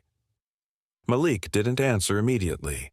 He looked over to where Caleb slept in a nearby bassinet, his tiny chest rising and falling with the peace only children are allowed to have. "I don't want him to grow up needing to prove he belongs in every room," Malik said finally. I want him to know the room changed because he entered it. Raymond nodded, watching the fire flicker. You ever going to let people celebrate what you've built? Malik gave a tired smile. Applause doesn't change systems. Strategy does. They sat in silence for a long time, the only sounds the wind outside and the soft ticking of the clock. Eventually, Malik stood, walked to the window, and looked out over the city lights below. The work, he said, his voice steady and sure, isn't about fame. It's about making sure no one else has to record justice to prove it happened. The courtroom lights cast a sterile glow across the polished floor as Malik Grant stepped through the double doors, the weight of reform pressing invisibly on his shoulders. Flanked by his lead attorney, Ellis Darnell, and 2 members of his legal ethics team, Malik moved with measured calm, his charcoal suit crisp, his expression unreadable. The hearing chamber, usually reserved for aviation regulation disputes, was filled to capacity. Media cameras blinked red in quiet rows behind glass barriers.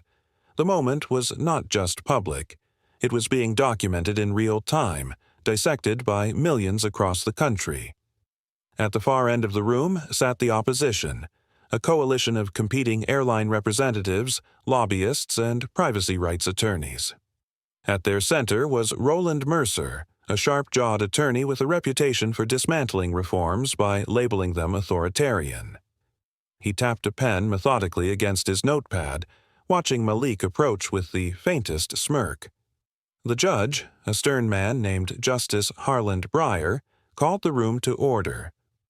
We are here to assess the legality and ethical boundaries of the Passenger Integrity Code implemented by Aurora Skies and its affiliated carriers, he stated, his voice echoing across the chamber.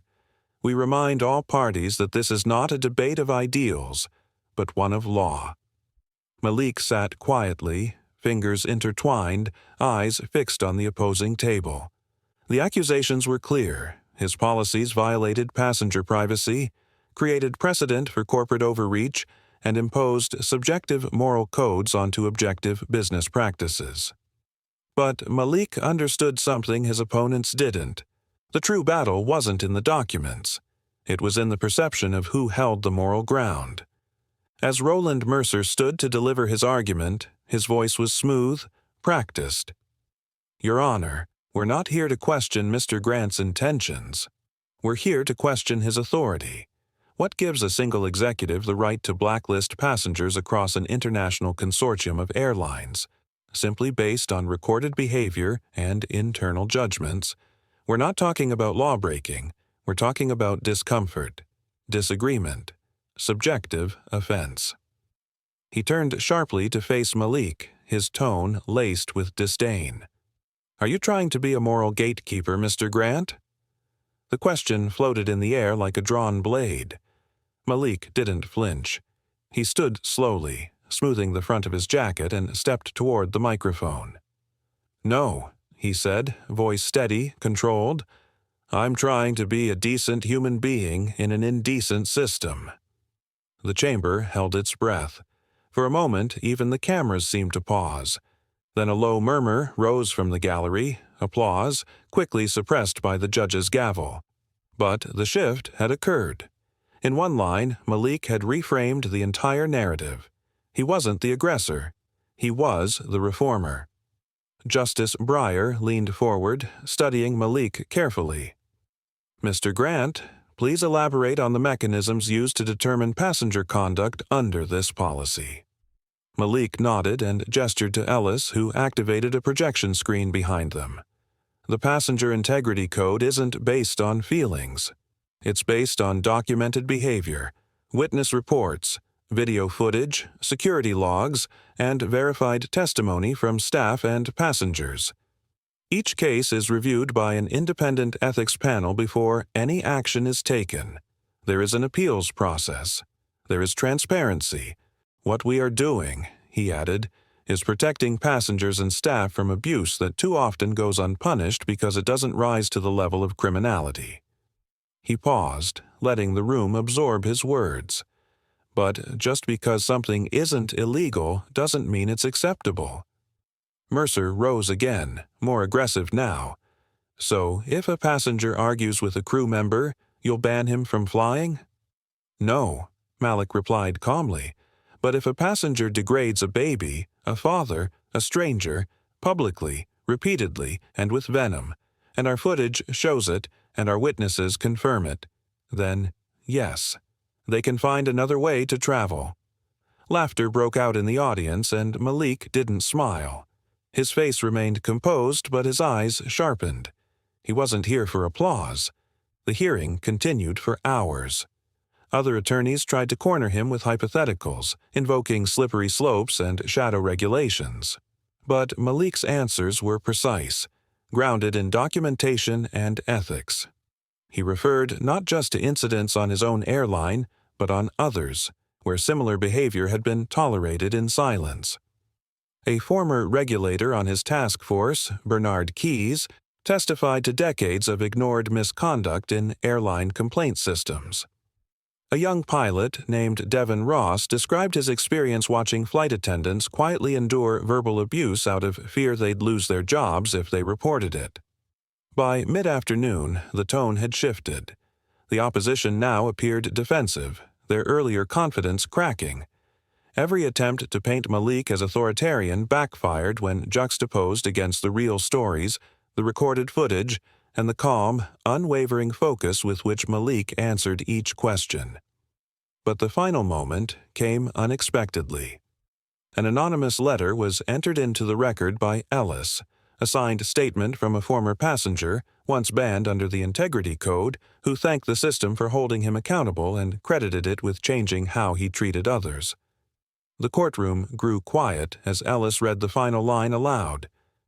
"I thought I was the victim. But I was the problem, and I never would have seen it without consequences."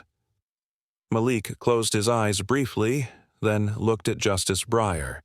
The judge folded his hands. "We will deliver a decision in writing within 30 days. Until then, this court is adjourned." As the gavel struck wood, reporters rushed to file their updates. But Malik didn't linger. He stepped outside into the golden afternoon light, ignoring the cameras, ignoring the noise. Ellis caught up to him on the steps. "You think we did enough?" Malik looked out over the city skyline, his voice low. "This wasn't about doing enough. It was about doing what's right." A month later, the decision came through. The Passenger Integrity Code was upheld. All lawsuits were dismissed. The ruling cited public interest, ethical clarity, and precedent of documented misconduct. In the following weeks, no press conferences were held. Malik issued no statements. He quietly returned to work, resuming his reforms, writing policy and answering letters from strangers thanking him for protecting their dignity. He didn't need to raise his voice. His principles had spoken loud enough. Malik's victory wasn't loud, it was dignified, and in silence it redefined corporate responsibility worldwide. Power means nothing, he reflected, if it can't protect the powerless. The candles flickered like tiny beacons of memory as Malik Grant stepped onto the low-lit stage inside Vailport International Airport's newly renamed Caleb Grant Terminal. The cool evening air from the tarmac seeped through the open entrance where hundreds of passengers, pilots, aviation staff, and families gathered in silent reverence. The hum of idle engines in the distance served as a backdrop to the solemnity of the occasion. No music played. No speeches echoed yet. Just silence, charged, watchful, waiting. Malik's polished shoes clicked softly against the platform floor. He wore a dark charcoal suit, crisp and dignified, with a small white pin on his lapel bearing the logo of Project Altus.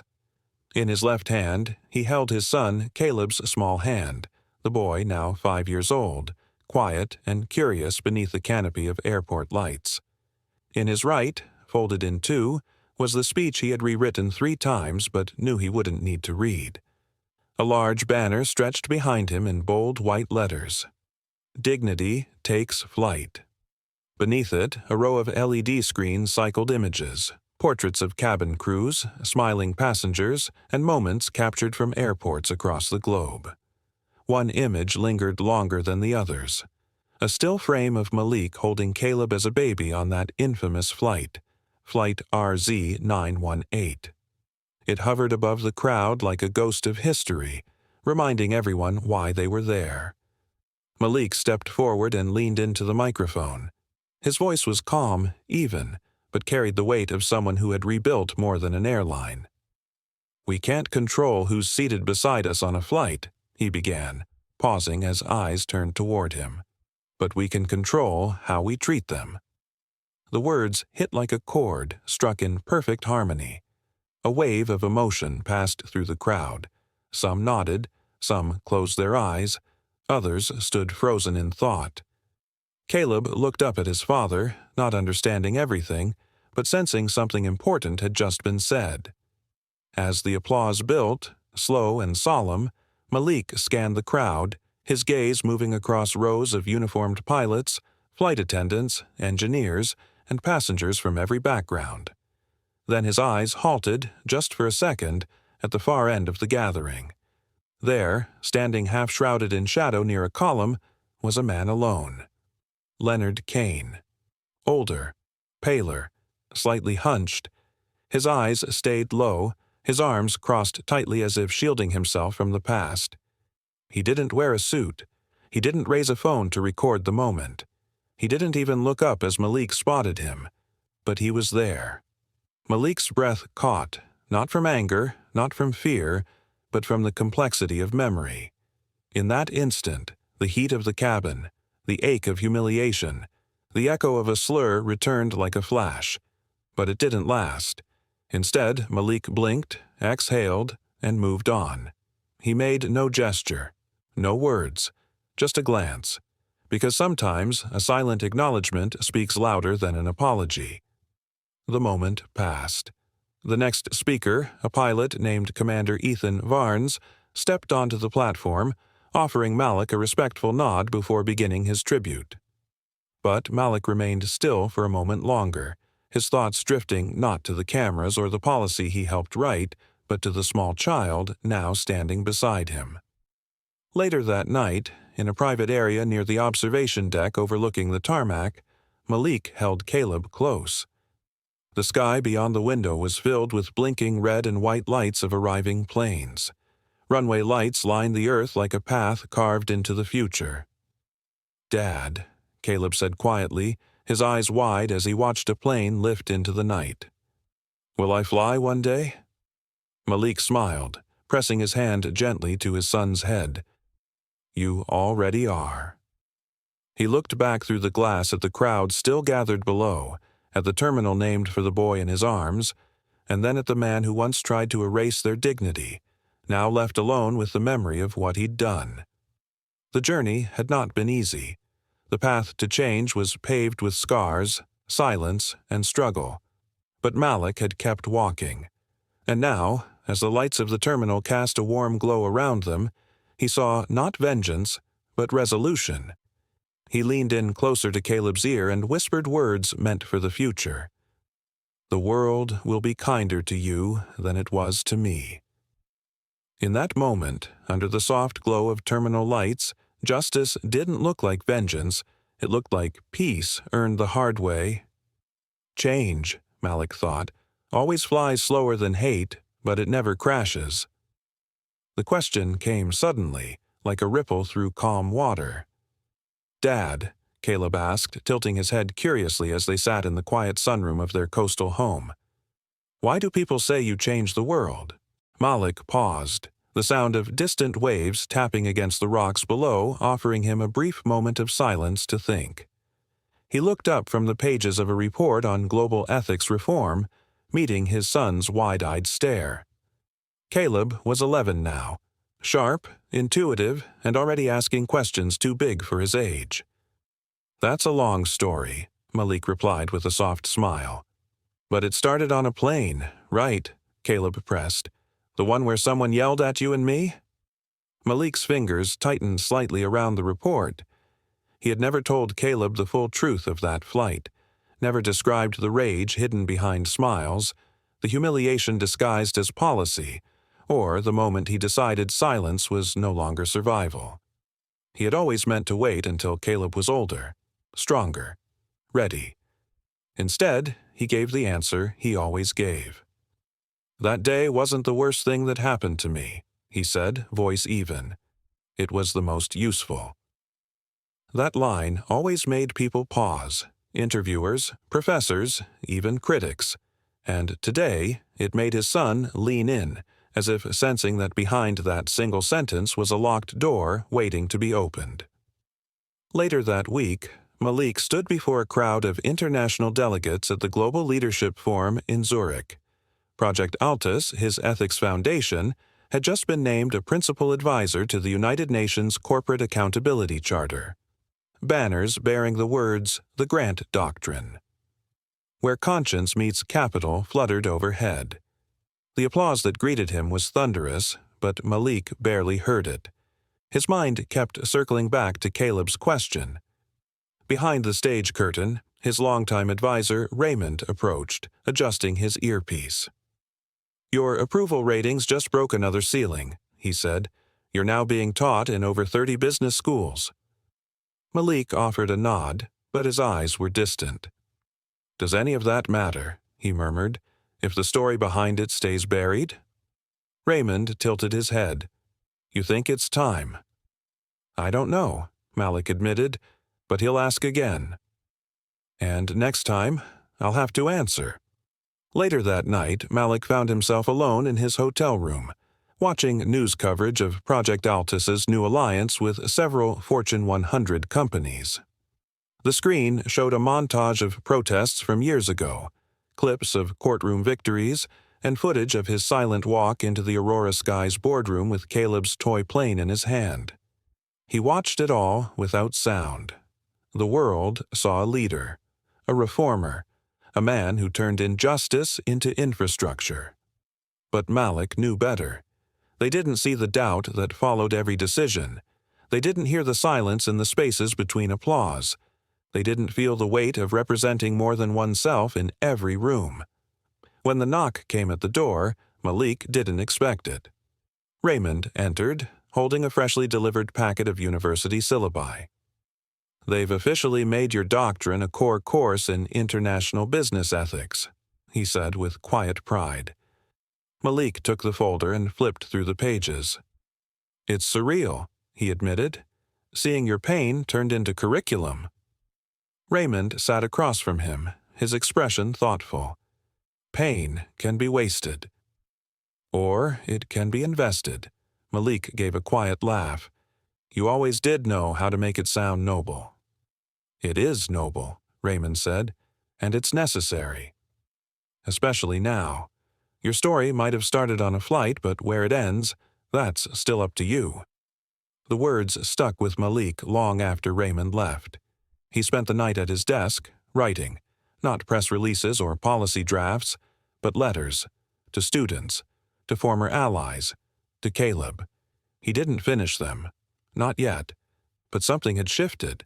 The thought of Caleb, older, reading his words, walking in the same terminals now lined with posters bearing his father's slogans, it stirred something deeper than pride. It stirred legacy. Back home, weeks later, Malik sat on the porch watching Caleb race paper airplanes across the lawn. The boy's laughter rang through the breeze, innocent, unburdened. Malik closed his eyes and listened, not just to the sound, but to the silence it replaced. That night, as Caleb dozed off with a book tucked against his chest, Malik stood in the doorway, watching. "One day," he whispered to himself, "he'll read everything I never said aloud." Malik sat at the edge of his desk, the cityscape beyond his window cast in golden hues as the sun dipped low over the horizon. A stack of congratulatory letters lay scattered beside him, official tributes from world leaders, CEOs, university deans, and journalists, but none of them mattered in this moment. His hand hovered over a single envelope, slightly worn, hand-addressed in ink that trembled at the edges of each stroke. No logo, no title, just his name. Malik Grant. He opened it carefully, as if any sudden movement might damage its contents. The paper inside was thin, folded neatly. A name signed at the bottom caught his eye first, Elliot Kane. Then he read the words. My father died last year. He spent his final days volunteering at community programs for racial awareness. He said, meeting you saved what was left of him. I just wanted you to know, your forgiveness didn't just change him, it changed me. The sentence struck with the force of a memory, one Malik had tucked away long ago, sealed like an old wound. His fingers tightened around the paper. The name, Kane, alone brought it all back. The venom on the plane, the humiliation, the battle that followed, and the choice he'd made not to destroy, but to transform. And now this. A sun shaped by the ripple of that decision. Malik stood, walking slowly to the window. The skies beyond were alive with motion, planes rising like thoughts taking flight, trails of smoke painting silent arcs above Valeport City.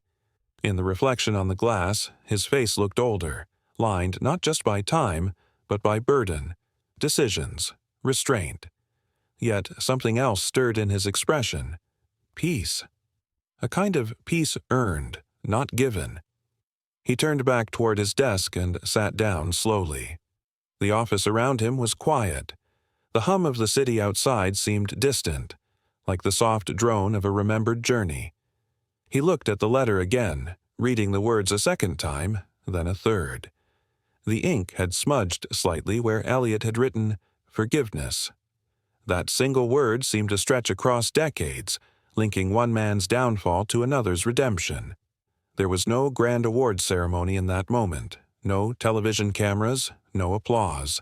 Just a man, a letter, and the silence of a life that had circled back to the beginning in a way no one could have predicted.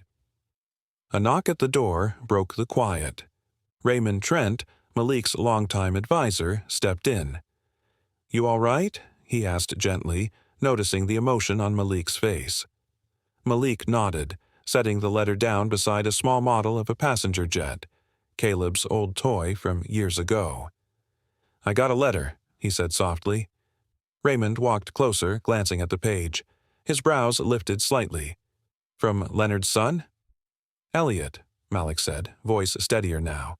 He said, his father changed. Not just apologized. Changed.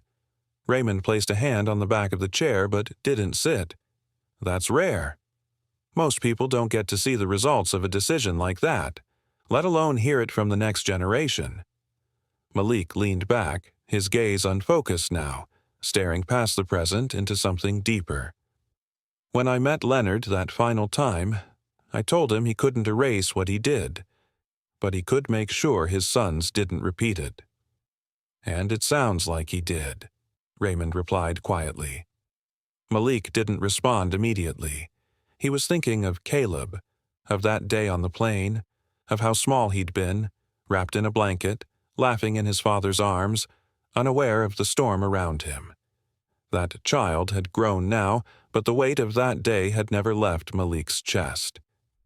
It was always bigger than the flight, Malik finally said. It was about what came after. What could come after? Raymond nodded, understanding the gravity in Malik's voice. So, what do you want to do with the letter? Malik looked at it one more time, then gently folded it and placed it in a drawer. Keep it. But not for display. For memory. The room grew quiet again. Outside, the sun slipped lower, turning the clouds a deep orange.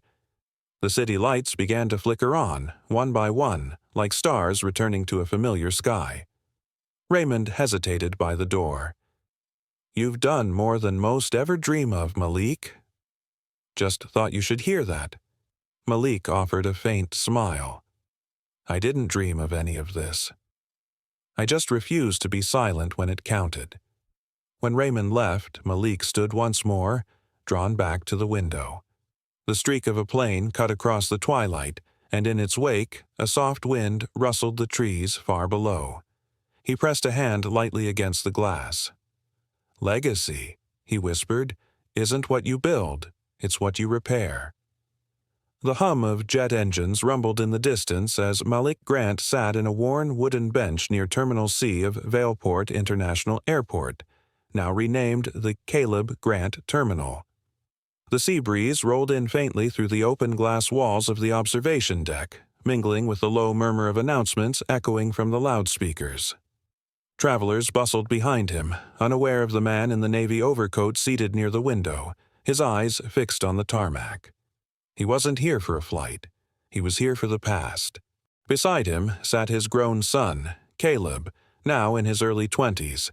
His tall frame and sharp posture mirrored his father's younger self. But today, there was a quiet softness in both of them, a peace earned through years of struggle, conflict, and growth. The silence between them wasn't empty. It was full of unspoken memories. They watched as a new Aurora Skies aircraft slowly taxied toward the runway. Its white fuselage gleamed in the sunlight, but what caught the eye was its tail. Bold lettering curved across it. "Every seat deserves respect." Caleb leaned forward slightly, his voice barely louder than a whisper. "Do you ever wish it never happened?" he asked, eyes never leaving the plane. Malik didn't answer right away. He felt the weight of the question settle between them like mist. His fingers tapped lightly on the metal armrest, the rhythm soft and thoughtful. His face, now aged and creased by both time and trials, remained calm. "I used to," he said finally, his voice hushed, yet resolute.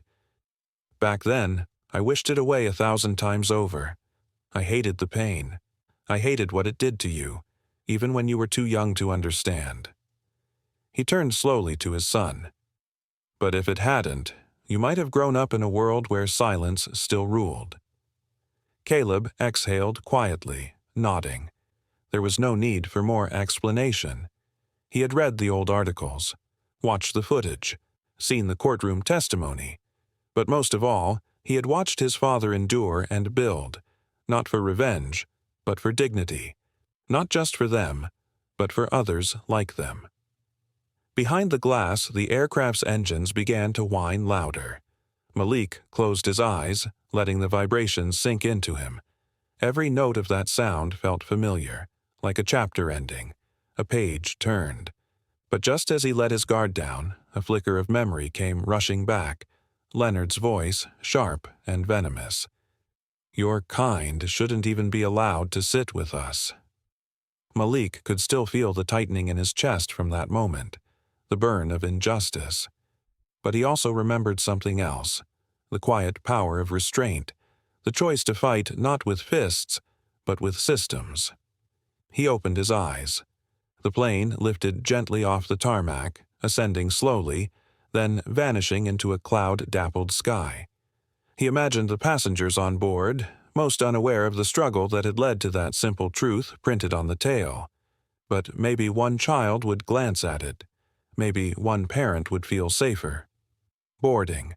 That was enough. The world had changed. Not perfectly, not completely, but enough to breathe easier. "Do you miss it?" Caleb asked after a long silence. Malik gave a half-smile. "What, the meetings? The interviews? The endless emails?" He chuckled lightly. "Not even a little." Caleb laughed, but his eyes still searched his father's face. "No, I mean, the fight." That made Malik pause. He looked at his son for a long moment, then turned his gaze back to the sky. "I don't miss the fight," he said softly, "but I never regretted starting it."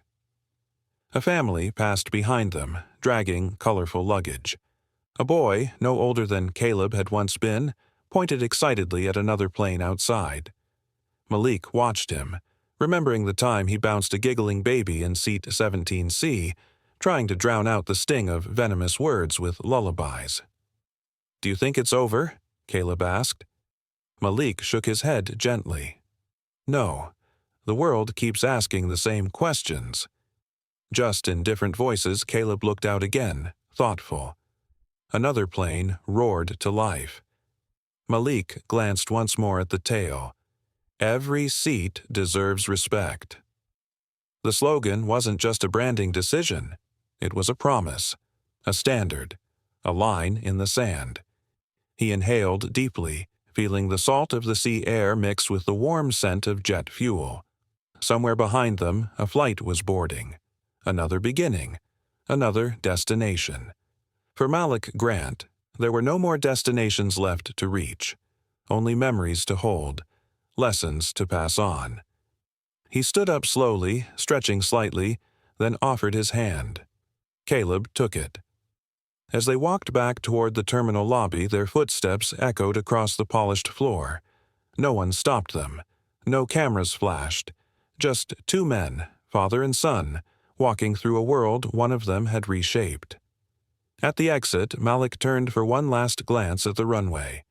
The wind tugged at his coat gently, and as he stood in that quiet threshold between past and future, between conflict and legacy, he whispered the words that had carried him through everything. Disclaimer: the story you just watched is fictional. It explores themes of racism, arrogance, and poetic justice when prejudice meets power. Its purpose is to raise awareness, provoke reflection, and inspire empathy, equality, and accountability in the face of discrimination.